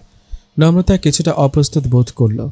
ফিরে যাবে বলে সিদ্ধান্ত নিতে হেসে এগিয়ে এলো মানুষটি। এত সকালে উঠে পড়েছেন যে? পর মুহূর্তে উদ্বিগ্ন কণ্ঠে বলল, জ্বর কমেছে দেখি। নম্রতা 2 পা পিছিয়ে গিয়ে ভ্রু কুঁচকে তাকালো, উত্তর দিল না। আরফান বাড়িয়ে দেওয়া হাতটা গুটিয়ে নিয়ে বলল, কি হলো? নম্রতার চোখ ছোট ছোট করে চেয়ে রইল, উত্তর দিল না। আরফান কপাল কুঁচকে তাকালো, নম্রতাকে আগাগোড়া নিরীক্ষণ করে বলল, জ্বর নিয়ে এই পাতলা কাপড়ে ছাদে আসার কি প্রয়োজন? কমন সেন্স নেই? কত ঠান্ডা পড়ে গিয়েছে দেখেছেন? এটুকু বলেই ঘরে ঢুকে গেল আরফান। কয়েক মিনিটের মাঝে চাদর হাতে বেরিয়ে এলো আবার। চাদরটা নিয়ে নম্রতার দিকে এগিয়ে আসতেই ছিটকে সরে গেল নম্রতা। ধমক দিয়ে বলল, খবরদার আমার ধারের কাছে আসবেন না, বেয়াদব পুরুষ মানুষ। আপনার মনের খবর আমি খুব ভালো করে জানি। আরফান থমকে দাঁড়ালো, অবাক চোখে চেয়ে রইল, নিজেকে ধাতস্থ করে মৃদু হাসল। আচ্ছা, তো কি জানেন? আপনি যে আমায় পটিয়ে পটিয়ে নিজের জীবন থেকে আউট করতে চান তা খুব ভালো করেই জানি আমি। দেখুন ডক্টর, এত নাটক ফাটকের দরকার নেই। আমার প্রতি এত মায়া দেখানোর প্রয়োজন নেই। আমি এমনিতেও আপনাকে বিয়ে করব না। আপনার যাকে ইচ্ছে আপনি বিয়ে করতে পারেন, আমার কোনো আপত্তি নেই। আমি বাবাকে আমার সিদ্ধান্ত জানিয়ে দেব। আপনি চাইলে আপনার মাকেও জানিয়ে দিতে পারি। নাও চয়েস ইজ ইয়োর্স। নম্রতার কথা যেন আকাশ থেকে বলল আরফান। আকাশসম বিস্ময় নিয়ে বলল, কি বলছেন? কেন বলছেন? দুপুরে আসেনি বলে এত রাগ? নম্রতার চোখ রাঙিয়ে তাকালো, দাঁতে দাঁত চেপে বলল, আপনি দুপুরে আসুন বা বিকেলে আসুন বা মধ্যরাতে কারোর সাথে ফোনালাপে ব্যস্ত থাকুন, কোনো কিছুতে আমার বিন্দুমাত্র মাথা ব্যথা নেই। আমি আপনাকে বিয়ে করব না মানে করব না। আরফান হাসল, নম্রতাকে জোর করে টেনে নিল কাছে। নম্রতা হাত ছাড়ানোর প্রাণপণ চেষ্টা করে লাভ বিশেষ হলো না। আরফান নম্রতাকে শক্ত করে চেপে ধরে চাদর জড়ালো গায়ে। নম্রতাকে ধাক্কাধাক্কি করতে দেখে হাতের বাঁধন শক্ত করে বলল, লাফাচ্ছেন কেন? বিয়ে করবেন না বললেন, শুনেছি তো। বিয়ে না করলে জড়িয়ে ধরা যাবে না? আপনার যদি বিয়ে করতে ইচ্ছা না হয় তাহলে করব না। জোরাজুরি করেছে কে? বিয়ে তো সবাই করে। আমরা বরং লিভিং রিলেশনশিপ কন্টিনিউ করব। বাইরের দেশগুলোতে এসব কমন ব্যাপার না। নম্রতা ধাক্কাধাক্কি থামিয়ে অবাক চোখে তাকালো, পর মুহূর্তে রাগে ফুঁসে উঠল। আরফানের থেকে দূরে সরার চেষ্টা করে বলল, আপনি খুবই জঘন্য একটা মানুষ। কি মনে করেন আমাকে খুব সস্তা? মাঝরাতে অন্যের ফোনালাপে ব্যস্ত থাকবেন, অথচ আমার বেলায় ব্যস্ততা? আমি বেঁচে আছি না মরে গিয়েছি তাতে বিন্দুমাত্র মাথা ব্যথা নেই আপনার। নিজ থেকে ফোনটা পর্যন্ত দেন না, আর আমি ফোন দিলে বিরক্তিতে ফোন বন্ধ। এতই যদি বিরক্ত তাহলে এত নাটকের প্রয়োজন কি? আপনার জীবনে আমার অস্তিত্ব ব্যস্ততা আর খেয়াল হওয়ার মাঝে সীমাবদ্ধ নিষ্প্রভ। আমি বোধহয় অতটাও সস্তা নই। এতটা অবহেলা আমি ডিজার্ভ করি না, আর আপনি ডিজার্ভ করেন না আমাকে, কখনো ডিজার্ভ করেন না। ছাড়ুন। কথাগুলো বলতে বলতে কেঁদে ফেলল নম্রতা। আরফান আহত চোখে তাকালো, রাগারাগি না করে কয়েক সেকেন্ড চুপ করে রইল। মৃদু কণ্ঠে বলল, আপনাকে অবহেলা করা আমার পক্ষে সম্ভব বলে আপনার বিশ্বাস হয় নম্রতা? নম্রতা রাগে ফুঁসতে ফুঁসতে অন্যদিকে চেয়ে রইল, উত্তর দিল না। আরফান দীর্ঘশ্বাস ফেলে বলল, আমি যে এমনই তা তো আপনি জানতেন নম্রতা। বারবার ফোনে কথা বলার চেয়ে আপনাকে অনুভব করতেই বেশি পছন্দ করি আমি। যখন আমাদের মাঝে চিঠি দেওয়া নেওয়া হতো তখনও কি আমি এমনই ছিলাম না? নম্রতা কিছুক্ষণ চুপ থেকে রুদ্ধ কণ্ঠে বলল, তাই বলে কখনো অবহেলা করতেন না? 1 সপ্তাহ পরও যখন চিঠি লিখতেন আমার মনে হতো আপনার সবটা জুড়ে শুধু আমি আছি, কিন্তু এখন তেমনটা মনে হচ্ছে না। আমার বারবার মনে হচ্ছে আপনি অন্য কারো মায়ায় জড়িয়ে পড়েছেন ডক্টর। এমন যদি হয় তবে আমার সরাসরি বলুন, আমি আপনার পথে বাধা হব না। আরফানের মেজাজ বিগড়ে গেল। নম্রতাকে ছেড়ে দিয়ে বারান্দায় দরজায় গিয়ে বসল। কিছুক্ষণ ঝিম মেরে বসে থেকে চোখ তুলে তাকালো। নম্রতার হাতটা জোরপূর্বক টেনে নিয়ে পাশে বসালো। নম্রতার হাতের আঙুল নাড়াচাড়া করতে করতে বলল, কেন আমায় অবিশ্বাস করছেন নম্রতা? আমি কি এমন কিছু করেছি যা আপনার পছন্দ হয়নি? আমি মাঝরাতে কারোর সাথে কথা বলি এটা আপনার ভুল ধারণা। আপনার আমাকে বিশ্বাস করা উচিত ছিল, যেমনটা আমি আপনাকে করি। কিছুদিন যাবৎ একটা মেয়ে ভীষণ বিরক্ত করছিল আমায়। ঘন্টায় ঘন্টায় ফোন দিয়ে কান্নাকাটি করছিল। তারপর হঠাৎ একদিন নিজেকে শ্যামলতা বলে দাবি করে বসল। নম্রতা অবাক চোখে তাকালো। আরফান অসহায় কণ্ঠে বলল, আপনি চাইলে আমার কল লিস্ট চেক করতে পারেন। আমি কখনো ফোন দিইনি তাকে। সে নিজে আমাকে ফোন দিয়েছে প্রতিবার। সে যখন নিজেকে শ্যামলতা বলে দাবি করলো তখন ভীষণ ডিস্টার্ব হয়ে পড়েছিলাম আমি। নম্রতা কাঁদো কণ্ঠে বলল, মেয়েটার কথায় আমাকে অবিশ্বাস করেছিলেন আপনি? এজন্যই অ্যাভয়েড করেছিলেন আমায়? আরফান হেসে ফেলল। নম্রতাকে এক হাতে জড়িয়ে ধরে আলতো চুমু খেলো কপালে। ভীষণ তৃপ্তি নিয়ে বলল, 1 সেকেন্ডের জন্য নয়। তাহলে মেন্টালি ডিস্টার্ব হয়ে পড়েছিলেন কেন? মেয়েটার ফোন নাম্বারটা ব্লক করে দিলেই তো হতো। আরফান নম্রতাকে শক্ত করে জড়িয়ে ধরে দীর্ঘশ্বাস ফেলল। বলল, আপনি নিজেও জানেন না শ্যামলতা নামক মানুষটা আমার অনুভূতির কতটা জুড়ে আছে নম্রতা। এই অনুভূতিটা কতটা তীক্ষ্ণ, কতটা জোরালো। আমার জীবনের সবচেয়ে সেন্সিটিভ দিকগুলোর একটি আপনি নিজে শ্যামলতা। মেয়েটা যখন ফোন দিয়ে নিজেকে শ্যামলতা বলে দাবি করছিল তখন আমার মনে হচ্ছিল কেউ আমার এই অনুভূতিটাকে অপমান করছে, আপনাকে অপমান করছে। আমাদের এই অনুভূতি নিয়ে বৃষ্টি একটা খেলা খেলছে, হাসাহাসি করছে। বিষয়টা আমি মেনে নিতে পারছিলাম না। দ্বিতীয়ত, মেয়েটা কে হতে পারে, তার উদ্দেশ্য কি, এসবও মাথায় ঘুরছিল খুব। তারপরও হসপিটালে কাজের চাপ, সব মিলিয়ে পরিস্থিতিটা অসহ্য লাগছিল খুব। আপনার ধারণা তার নাম্বার ব্লক করিনি? এই নিয়ে 10টা নাম্বার ব্লক করেছি, কিন্তু কোনো লাভ নেই। শেষমেশ বিরক্ত হয়ে ফোন রিসিভ করে ফেলে রাখতাম। যখন দেখলাম তাতেও কাজ হচ্ছে না, তখন ফোনই বন্ধ করে রাখতাম। সেদিন রাতেও এমন কিছুই ঘটেছিল। ফোন রিসিভ করে ফেলে রেখেছিলাম বলেই আপনার কলের হদিশ পাইনি। আপনার সাথে কথা বলার সময়টুকুতেও 4 থেকে 5 বার কল দিয়েছে সেই মেয়ে। এত বিরক্ত লাগছিল, ইচ্ছে করছিল মেয়েটাকে আমি খুন করে ফেলি। নম্রতা স্তব্ধ চোখে চেয়ে রইল। আরফান একটু থেমে আবার বলতে লাগলো, রাতে মেজাজ খারাপ থাকায় ঘুম ভালো হয়নি, ডিউটিতেও ঠিক সময়ে পৌঁছাতে পারিনি, হসপিটালও সেদিন ঝামেলা চলছিল, রোগীরও চাপ ছিল বেশি। এত কিছুর মধ্যে সিম অন করার ব্যাপারটা মাথায় আসেনি। আপনাকে ফোন করার সুযোগও হয়নি। আপনি বলার পরে মনে হয়েছে আমার খেয়াল রাখার উচিত ছিল। আমি সরি নম্রতা। নম্রতা অভিমান নিয়ে বলল, আমি তো ভেবেছিলাম আমার প্রতি বিরক্ত হয়ে ফোন বন্ধ রেখেছেন আপনি। আপনার অন্য নাম্বারটাও দেননি আমায়। আমি ফোন দেওয়ার পরও রুট বিহেভ করেছেন, আমি কষ্ট পেয়েছি। আরফান অবাক হয়ে বলল, ওই ফোন নম্বরটা যে আপনার কাছে নেই তাই তো খেয়াল ছিল না আমার।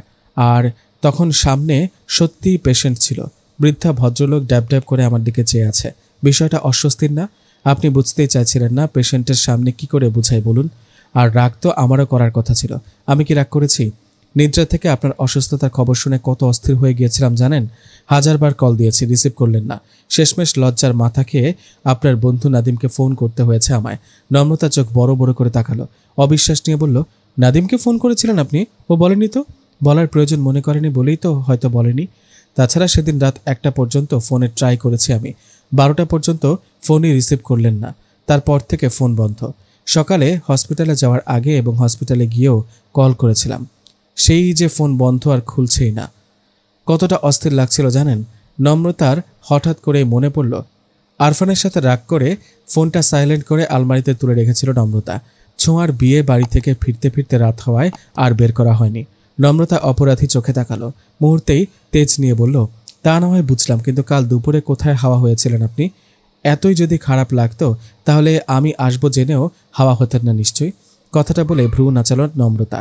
আরফান ভেজা চুলগুলো গোছাতে গোছাতে বলল, হসপিটালে যাওয়ার 2-3 ঘন্টা পর আবারও সেই মেয়ে ফোন পেয়েছিলাম আমি। মেয়েটি কথা শুরু করার আগেই পাশে কোথাও হাসির শব্দ শোনা যাচ্ছিল। মেয়েটির কথার মাঝেও পাশে থেকে সূক্ষ্ম হাসির আওয়াজ পাচ্ছিলাম। মনে হচ্ছিল কজন মিলে হাসি চাপার চেষ্টা করছে। তৎক্ষণাৎ মেজাজ খারাপ হয়ে গেল আমার। ওরা যে দল বেঁধে ব্যাপারটা নিয়ে ফাজলামো করছে তা তখন ক্রমে স্পষ্ট হয়ে উঠেছিল। ঠিক ওই মুহূর্তে আসল কালপ্রিটকে না ধরতে পেরে তাকে দুটো থাপ্পড় না মেরে শান্তি পাচ্ছিলাম না, তাই রহস্য উদ্ঘাটনে বেরিয়েছিলাম। মেজাজ খারাপ ছিল বলে বোকামো করে ফোন ফেলে গিয়েছিলাম চেম্বারে, তাই আর কল করে ইনফর্ম করতে পারিনি। নম্রতা বিস্ময় নিয়ে বলল, আপনি মেয়েটিকে সত্যি থাপ্পড় মেরেছেন? না, মারিনি। তখন হাতের কাছে পেলে হয়তো মারতাম, যদিও মেয়েদের গায়ে হাত তোলার অভ্যাস আমার নেই। নির্জাকেও কখনো মারিনি, বকিও নি, রেগে গেলেও না। আমি না মারলেও আপনি কিন্তু মারতেই পারেন। লঞ্চে আমাকে যেভাবে খামচে ধরেছিলেন সেভাবে নিজেকে আপন বরের বউ হিসেবে দাবি করছিল। আপনার তো ভয়ানক রেগে যাওয়া উচিত। শেষের কথাগুলো দুষ্টুমি করে বলল আরফান। নম্রতা সেসব খেয়াল না করে উদ্বিগ্ন কণ্ঠে বলল, মেয়েটাকে খুঁজে পেয়েছেন তাকে? আরফান দীর্ঘশ্বাস ফেলে বলল, পাইনি, তবে শীঘ্রই পাবো। কাল সিরাজগঞ্জ গিয়েছিলাম আমি, রাতে ফিরেছি। আমার কেন যেন মনে হচ্ছিল চিঠিটা সঠিক জায়গায় রাখা হয়নি। এখনও অবশ্য তাই মনে হচ্ছে। মুহিবের ভাষ্যমতে চিঠিটা সে গ্রন্থাগারে না রেখে তার এক বন্ধুকে রাখতে দিয়েছিল। আর পড়াশোনার চাপে চিঠিটা সঠিক জায়গায় রাখা হয়েছিল কিনা তার খোঁজ নিতে বেমালুম ভুলে গিয়েছিল। আমি আপনার ফোন না পেয়ে প্রায় 3 দিন পর মুহিবের সাথে যোগাযোগ করি। মুহিব যোগাযোগ করে তার বন্ধুর সাথে। তার বন্ধু তাকে জানায় চিঠিটা সঠিক জায়গায় রাখা হয়েছে। মুহিবও আমায় সেরকমটাই বলে। আপনি যখন 2 সপ্তাহের মাথায়ও কল করলেন না, তখন মুহিবকে গ্রন্থাগারে গিয়ে চিঠি আছে কি নেই তা শিওর হয়ে জানাতে বলি। সেদিনই মুহিব গ্রন্থাগারে গিয়ে বইয়ের ছবি তুলে পাঠায়। চিঠি নেই, তার মানে চিঠিটা আপনি পেয়েছেন, এমনটা ধারণা করে অপেক্ষা করতে লাগে। এখন প্রশ্ন হলো, তার বন্ধু কি চিঠিটা সত্যি রেখে গিয়েছিল বইয়ে? নম্রতা স্তম্ভিত চোখে চেয়ে থেকে আর্তনাদ করে বলল, ইয়া মাবুদ, এই একটা চিঠি নিয়ে এত কাহিনী! আমার মাথা ঘুরছে। মুহিব ভাইয়ের বন্ধু আবার আরেকজনকে রাখতে দিলেই হলো। চিঠি এভাবে সার্কেলের মতো ঘুরতেই থাকবে, রহস্য ঘুরতেই থাকবে, ভন ভন ভন ভন, ভয়াবহ। আরফান হাসল না, গম্ভীর কণ্ঠে বলল, মুহিব আমার সাথে ঢাকা এসেছে। আজ বিকেলে তার সেই বন্ধুকে একটা কফি শপে দেখা করতে বলা হয়েছে। আমার মনে হয় এবার উত্তর মিলবে। নম্রতা আরফানের কাঁধে মাথা হেলিয়ে দিয়ে বলল, এত কাহিনী! আমি তো শুনতে শুনতে টায়ার্ড হয়ে গেছি ভাই। আরফান হেসে বলল, এত অল্পতেই ক্লান্ত? তাহলে 4 বছর ধরে অপেক্ষা করলেন কিভাবে? ক্লান্ত হয়ে পড়েননি? আমাকে খুঁজে পাওয়াটাও মুশকিল ছিল। নম্রতা স্বস্তির নিঃশ্বাস ফেলে বলল, তখন আপনি পাশে ছিলেন না বলে পেরেছি, এখন আছেন, এখন আমার বিশ্রাম। আরফান হেসে নম্রতাকে সামনে টেনে নিয়ে বলল, রাগ অভিমান কমলে কাছে আসুন তো, জ্বর কমেছে কিনা দেখি। কাল এসে আপনার অসুস্থতার কথা শুনে কত ভয় পেয়ে গিয়েছিলাম জানেন। মা আমাকে দুটো থাপ্পড় মেরেছে গালে। আপনি বসুন, আমি আমার ব্যাগ নিয়ে আসি, প্রেশার মাপতে হবে। আরফান উঠতে নিতেই বিরক্তি চোখে তাকালো নম্রতা। এসব ডাক্তারি ফাক্তারি বন্ধ করুন তো, আমি এখন একদম সুস্থ, প্রেশার মাপতে হবে না। তার থেকে পাশে বসুন, সকাল দেখি। আরফান আগের জায়গাতেই বসে পড়ল। নম্রতার হাত নিজের হাতে নিয়ে বলল, আচ্ছা এবার বলুন, মহারানী কি তার বেলি ফুলের রাজ্য দেখে সন্তুষ্ট হয়েছে? এই রাজ্যে শুধু শ্যামলতার অধিকার। নম্রতা এবার আশেপাশে তাকালো, ভীষণ উচ্ছ্বাস নিয়ে বলল, ভীষণ সন্তুষ্ট। ঢাকা শহরে ছনের ঘর ভাবতেই পারছি না, ডেকোরেশনটাও কি মারাত্মক। আরফান হুহা করে হেসে উঠল। হাসতে হাসতেই বলল, এটা ছনের মতো দেখতে হলেও ছনের ঘর নয় নম্রতা, ইটের দেওয়ালে ছনের মতো পেইন্ট করা হয়েছে।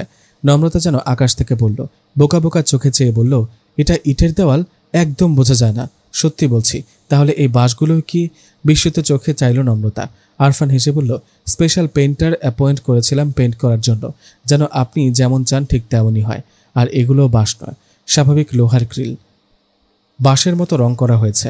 নম্রতা অবিশ্বাস নিয়ে বাঁশের উপর হাত রাখল, নিচের ঠোঁটটা কামড়ে ধরে কপাল কুঁচকাল, বাঁশটা টিপে টিপে পরীক্ষা করার চেষ্টা করল। নম্রতার পাগলামতে শব্দ করে হেসে ফেলল আরফান। এখন তো অনেক সকাল, কুয়াশাও পড়েছে, তাই একদম বুঝতে পারেননি। কুয়াশা কেটে গেলে খেয়াল করলেই বোঝা যাবে। আমি তো ভেবেছিলাম একদম বিয়ের রাতে সারপ্রাইজ দেব আপনাকে, কিন্তু আপনি তো সব প্ল্যানই মাটি করে দিলেন। নম্রতা লাফিয়ে উঠে দাঁড়ালো, ঠোঁট ভর্তি অকৃত্রিম হাসি নিয়ে চারদিক দেখতে দেখতে বলল, বিয়ের পর আমরা এখানে থাকব? অবশ্যই। আপনি না বলেছিলেন আমরা ছোট্ট একটা ঘর বাঁধব, ছনের ছাওয়া চাল থাকবে, ফাঁক গলে জ্যোৎস্না আসবে, একটা পোষা টিয়া থাকবে। দেখুন তো সব ঠিকঠাক আছে না? আপনি বারান্দার দোলনাটাতে বসলেই এক ঝাঁক জ্যোৎস্না এসে ঘিরে ধরবে, পোষা টিয়া আপনার সাথে কথাও বলবে।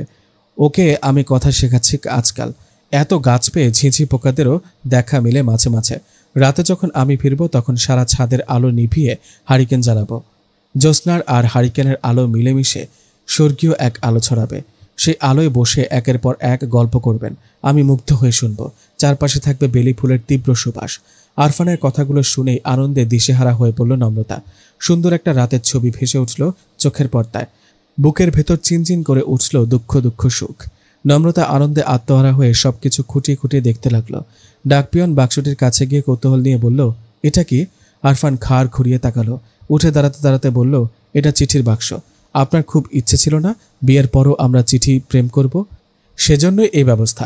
আমাদের সাংসারিক জীবনে নানা বাধা সৃষ্টি হবে, রাগ হবে, অভিমান হবে, ভুল বুঝাবুঝি হবে। সেই রাগ, অভিমান, অভিযোগ সব কিছু এই বাক্সটিতে চালান করব আমরা। যখনই মন খারাপ হবে তখনই চিঠি লিখতে বসে যাবেন আপনার প্রেমিকের ঠিকানায়। ডাকবক্সের বাইরে আমাদের সম্পর্কটা আপনিময় হলেও ডাকবক্সের ভেতরের জীবনটা হবে তুমিময়। চিঠিতে আপনার স্বামী নয়, প্রেমিক থাকবে, চিরপ্রেমিক। আরফানের দিকে চেয়ে তার কথা শুনতে শুনতেই চোখ দিয়ে জল গড়িয়ে পড়ল নম্রতার। চিৎকার করে বলতে ইচ্ছে করল, আমার এত সুখ কেন? আমার মানুষটা এমন পাগল কেন? এমন ভয়াবহ প্রেমিক কেন? নম্রতাকে কাঁদতে দেখে হাসল আরফান। ধীর পায়ে নম্রতার পাশে গিয়ে দাঁড়ালো। নম্রতাকে পেছন থেকে জড়িয়ে ধরে কাঁধে থুতনি রাখল। কানের কাছে ঠোঁট নিয়ে ফিসফিসিয়ে বলল, এখনই কাঁদছেন? আপনাকে আরও অনেক অনেক কাঁদানো বাকি শ্যামলতা। আমি আপনাকে কাঁদিয়ে কাঁদিয়েই ভালোবাসবো। এবার ডাকপিয়নটা খুলুন, কিছু আছে নিশ্চয়ই। আনন্দ উত্তেজনায় থরথর করে কাঁপতে লাগলো নম্রতা। কাঁপা হাতে চিঠি বক্সের দিকে হাত বাড়াতেই তীক্ষ্ণ কণ্ঠে বলে উঠল, ডাক পাখি? শ্যামলতা, শ্যামলতা, চিঠি চিঠি। আরফান হেসে ফেলে বলল, ওর নাম ডাক পাখি, আপনাকে চিঠির কথা মনে করে দেওয়ার দায়িত্ব ওর। নম্রতার চোখ থেকে টপটপ করে পানি পড়ছে। নম্রতা নাক টেনে টেনে চিঠির বাক্স থেকে নীল খামে মোড়ানো এক চিঠি উদ্ধার করল। চিঠিটা মেলে ধরতেই দুই হাতে কোমর জড়িয়ে ধরে খোলা কাঁধে মুখ ডুবালো আরফান। নম্রতা কেঁপে উঠল, দুরু দুরু বুক নিয়ে দেখল দীর্ঘ এক চিঠি, গুটি গুটি অক্ষরে লেখা, এই যে শ্যামলতা, আমার প্রিয়তমা, আমার মিষ্টি কিছু অনুভূতি, আমার শূন্য ঘরের জ্যোতি। কোনো এক কাক ডাকা ভোরে হঠাৎ উপলব্ধি করেছিলাম তার প্রতি আমার জীবন মরণ ব্যাধি। তাকে ছাড়া শ্বাসকষ্ট, তাকে নিয়ে শ্বাসকষ্ট, তার প্রতিটি ভাবনায় আমার ভয়ানক শ্বাসকষ্ট। তখন ছোট্ট একটা মেয়ে ছিল সে, বুলবুলির বাচ্চাটির মতো চঞ্চল আদুরে। কত অদ্ভুত অদ্ভুত যুক্তি তার, কত অদ্ভুত তার স্বপ্ন। আমি তখন টকবগে যুবক, ভীষণ পড়াকো ছাত্র, হাসপাতালের ইন্টার্নি ডাক্তার। ক্যারিয়ারের প্রতি ভীষণ ফোকাসড, প্রেম ভালোবাসা দুই চোখের বিষ। এমন একটা ধরা বাঁধা নিয়মমাফিক জীবনে কেমন দুষ্টুমি করেই ঢুকে পড়ল সে। আমি তাকে আটকাতে গেলাম, সে খিলখিল করে হেসে উঠল। আমি তাকে অবহেলা করতে গেলাম, সে টলমল অভিমানী চোখে চাইল। ব্যাস, আমার আজন্ম শ্বাসকষ্ট হয়ে গেল। আমি হেরে গেলাম। আমার এই ধরা বাঁধা জীবনটা সে ছোট্ট মেয়েটার তরে মেলে ধরলাম, একটু স্বস্তি, একটু আরামের আশায়। কিন্তু সেই চঞ্চলা আমায় স্বস্তি দিল না। ছোট্ট শ্যামলতার চিঠির ভাঁজে কথার তোরে স্বস্তি নামক পাখিটা শ্বাসরোধ হয়ে মরে গেল শেষ পর্যন্ত। আহা, কি অকাল মৃত্যু তার! ডাক্তারের ডাক্তারি উবে গেল। প্রেসক্রিপশনের পাতায় ঔষধের নাম মিলিয়ে গিয়ে গুটি গুটি অক্ষরে ভেসে উঠতে লাগলো আবেগময় চিঠি। তার টানা টানা অভিমানী চোখ। আমি এলোমেলো হয়ে গেলাম, মরে গেলাম। বিশ্বাস করো, সেই ছিল আমার প্রথম মৃত্যু। শ্যামলতার বিষে আকণ্ঠ ডুবে বিস্ময়কর স্বেচ্ছা মৃত্যু। তারপর একদিন হঠাৎ হারিয়ে ফেললাম তাকে। আমার শ্বাসকষ্ট বেড়ে গেল, পাগল হয়ে উঠলাম, ছটফট করে উঠল বুক। তারপর সেদিন ফিরে পেলাম। তার টলমল অভিমানী চাহনিতে স্তম্ভিত হলাম, ক্লান্ত হলাম। আমার শ্বাসকষ্টের মাত্রা সেদিন সহ্য ছাড়ালো। আমি ভেসে গেলাম। তাকে কাছে পেলে বুক শুকিয়ে আসতে লাগলো। দূরে গেলে শুরু হতে লাগলো তীক্ষ্ণ বুক ব্যথা। তাকে আমি কি করেই বুঝাই এই ক্ষণিকের বুক ব্যথায় কত সুখ, বেদনাময় স্বস্তি। দিনের পর দিন দূরত্ব রেখে হঠাৎ তাকে কাছে পাওয়া, তার অভিমানী চোখ নেড়ে নেড়ে এক অভিমান ছাড়া যে আমার কত প্রিয়। আজ বলতে দ্বিধা নেই, আমি তার পাগল প্রেমিক। তবে তার রূপ নয়, তার অভিমানী চোখ দুটোরই ভয়ানক প্রেমিক। আমি তার শরীরের মসৃণ বাঁক নয়, তার বাম পায়ের স্বর্গীয় তিলের প্রেমিক। তার ঠোঁটের রং হওয়ার থেকে কপালের টিপ হতে পারাটাই আমার প্রিয়। তাকে খুব কাছে টানার চেয়ে বুকের ভেতরে স্থাপন করে প্রতিটি মুহূর্তে পাওয়া চিনচিনে সুখটাই আমার প্রিয়। তার নেশাধরা যৌবন থেকে তার নেশাধরা হাসি আমার বেশি প্রিয়। তাকে প্রকাশ্যে কতবার ভালোবাসি বলার চেয়ে চুপি চুপি নিরন্তর নিরবচ্ছিন্ন বিশ্রামহীন ভালোবেসে যাওয়াটাই আমার প্রিয়। শোনো মেয়ে, সেই সর্বগ্রাসীকে বলে দিও, তার কাজল রাঙা চোখ দুটোতে আমার মৃত্যুও প্রিয়। শোনো, শুনছো শ্যামলতা, আমার তোমাকে নয়, তোমার অভিমানী চোখ দুটো খুব প্রিয়। তোমাকে এক সমুদ্র কাঁদিয়ে, এক পাহাড় অপেক্ষা করিয়ে, এক আকাশ সুখ দেওয়াটাই আমার ভীষণ প্রিয়। ইতি তোমার সে। নম্রতা ব্যাকুল হয়ে কাঁদছে। আরফান আগের মতোই কাঁধে মুখ গুজে চুপচাপ দাঁড়িয়ে আছে। কোনো ভাবান্তর দেখা যাচ্ছে না। নম্রতা এবার ঘুরে দাঁড়ালো। চিঠিটা এক হাতের মুঠোয় রেখে দুই হাতে আরফানের গলা জড়িয়ে ধরল। ততক্ষণে কুয়াশা কেটে গিয়েছে। কয়েক ফালি রোদ এসে পড়েছে নম্রতার অগোছালো চুলে। মেটে রঙের টাইলসে মোড়ানো মেঝেতে টাইলসগুলো রোদের কিরণে চকচক করছে। ডাক পাখি তার স্বরে চিঠির সংবাদ ঘোষণা করছে। আরফান নম্রতার থেকে থেকে কেঁপে ওঠা শরীরটা নিজ বাহুতে আবদ্ধ করল। কানের কাছে মুখ নিয়ে খুব অসহায় কণ্ঠে বলল, এভাবে কান্নাকাটি করলে আপনার ব্যারিস্টার বাবা আমার নামে মামলা ঠুকে দিবে না নম্রতা? তিনি নিশ্চয়ই ভাববে আমি আপনাকে ভয়াবহ অত্যাচার করছি। কান্নাকাটি বন্ধ করুন। আপনার ভয়ঙ্কর পিতা মহাশয় এখনও আমার বাড়িতে অবস্থান করছেন। যে কোনো সময় তার আগমন ঘটে যেতে পারে। নম্রতা কান্নারত অবস্থাতে গরম চোখে তাকালো। নাক টেনে টেনে বলল, কি বললেন? আরফান হাসল। নম্রতাকে টেনে সোজা দাঁড় করিয়ে ভ্রু কুঁচকে তার মুখের দিকে চেয়ে রইল। কয়েক সেকেন্ড পর গম্ভীর কণ্ঠে বলল, বাহ, কেঁদে কেটে চোখ ফুলিয়ে ফেললেও আপনাকে দেখতে সুন্দর লাগছে, ভয়ানক সুন্দর। কেউ এত সুন্দর করে কাঁদতে পারে জানা ছিল না। এখন থেকে আপনাকে আরও বেশি বেশি করে কাঁদাতে হবে। সেজন্য দুঃখিত নম্রতা। ধুর, ওসব কিছু নয়। সব মেয়েদেরই কান্নারত অবস্থায় সুন্দর লাগে। উপন্যাসে পড়েননি? উপন্যাস পড়েছি, কিন্তু বিশ্বাস করিনি। আর এখন তো আরও না। মেয়েদের কান্নারত অবস্থায় সুন্দর লাগে, কথাটা পুরোপুরি সত্য নয়। নম্রতা অসন্তোষ চোখে চাইল। চোখ মুছতে মুছতে বলল, তবে সত্য কি? সত্য হলো আমরা আমাদের প্রিয় মানুষকে যে কোনো অবস্থায় সুন্দর দেখি। তাকে ঘিরে আমরা মুগ্ধ হতে পছন্দ করি বলেই সুন্দর দেখি। আপনাকে কান্নারত অবস্থায় আজ প্রথম দেখেছি তেমন কিন্তু না। আমাদের সাক্ষাতের প্রথম দিনেও আপনি ব্যাকুল হয়ে কাঁদছিলেন, কিন্তু সেদিন আপনাকে বিন্দুমাত্র সুন্দর বলে মনে হয়নি। মুগ্ধতা কাজ করেনি। বাংলাদেশের বাকি সব মেয়েদের মতোই লেগেছে, এভারেজ। মনে মনে অভদ্র আনকালচার্ড বলে বিরক্ত হয়েছি। কিন্তু দেখুন, সে আপনাকে এই মুহূর্তে পৃথিবীর সবচেয়ে সুন্দরী নারী বলতে দ্বিধা হচ্ছে না। এর থেকে সুন্দর কেউ হতে পারে? আমার মন বিশ্বাস করবে না, বিশ্বাস করতে চাইও না। সব মেয়েদেরই কান্নারত অবস্থায় সুন্দর লাগলে নিশ্চয়ই সেদিনও আপনাকে ভুবন মোহিনী রূপবতী লাগেনি তো? সব আসলে দৃষ্টিকোণের ওপর নির্ভর করছে, এছাড়া কিছু না।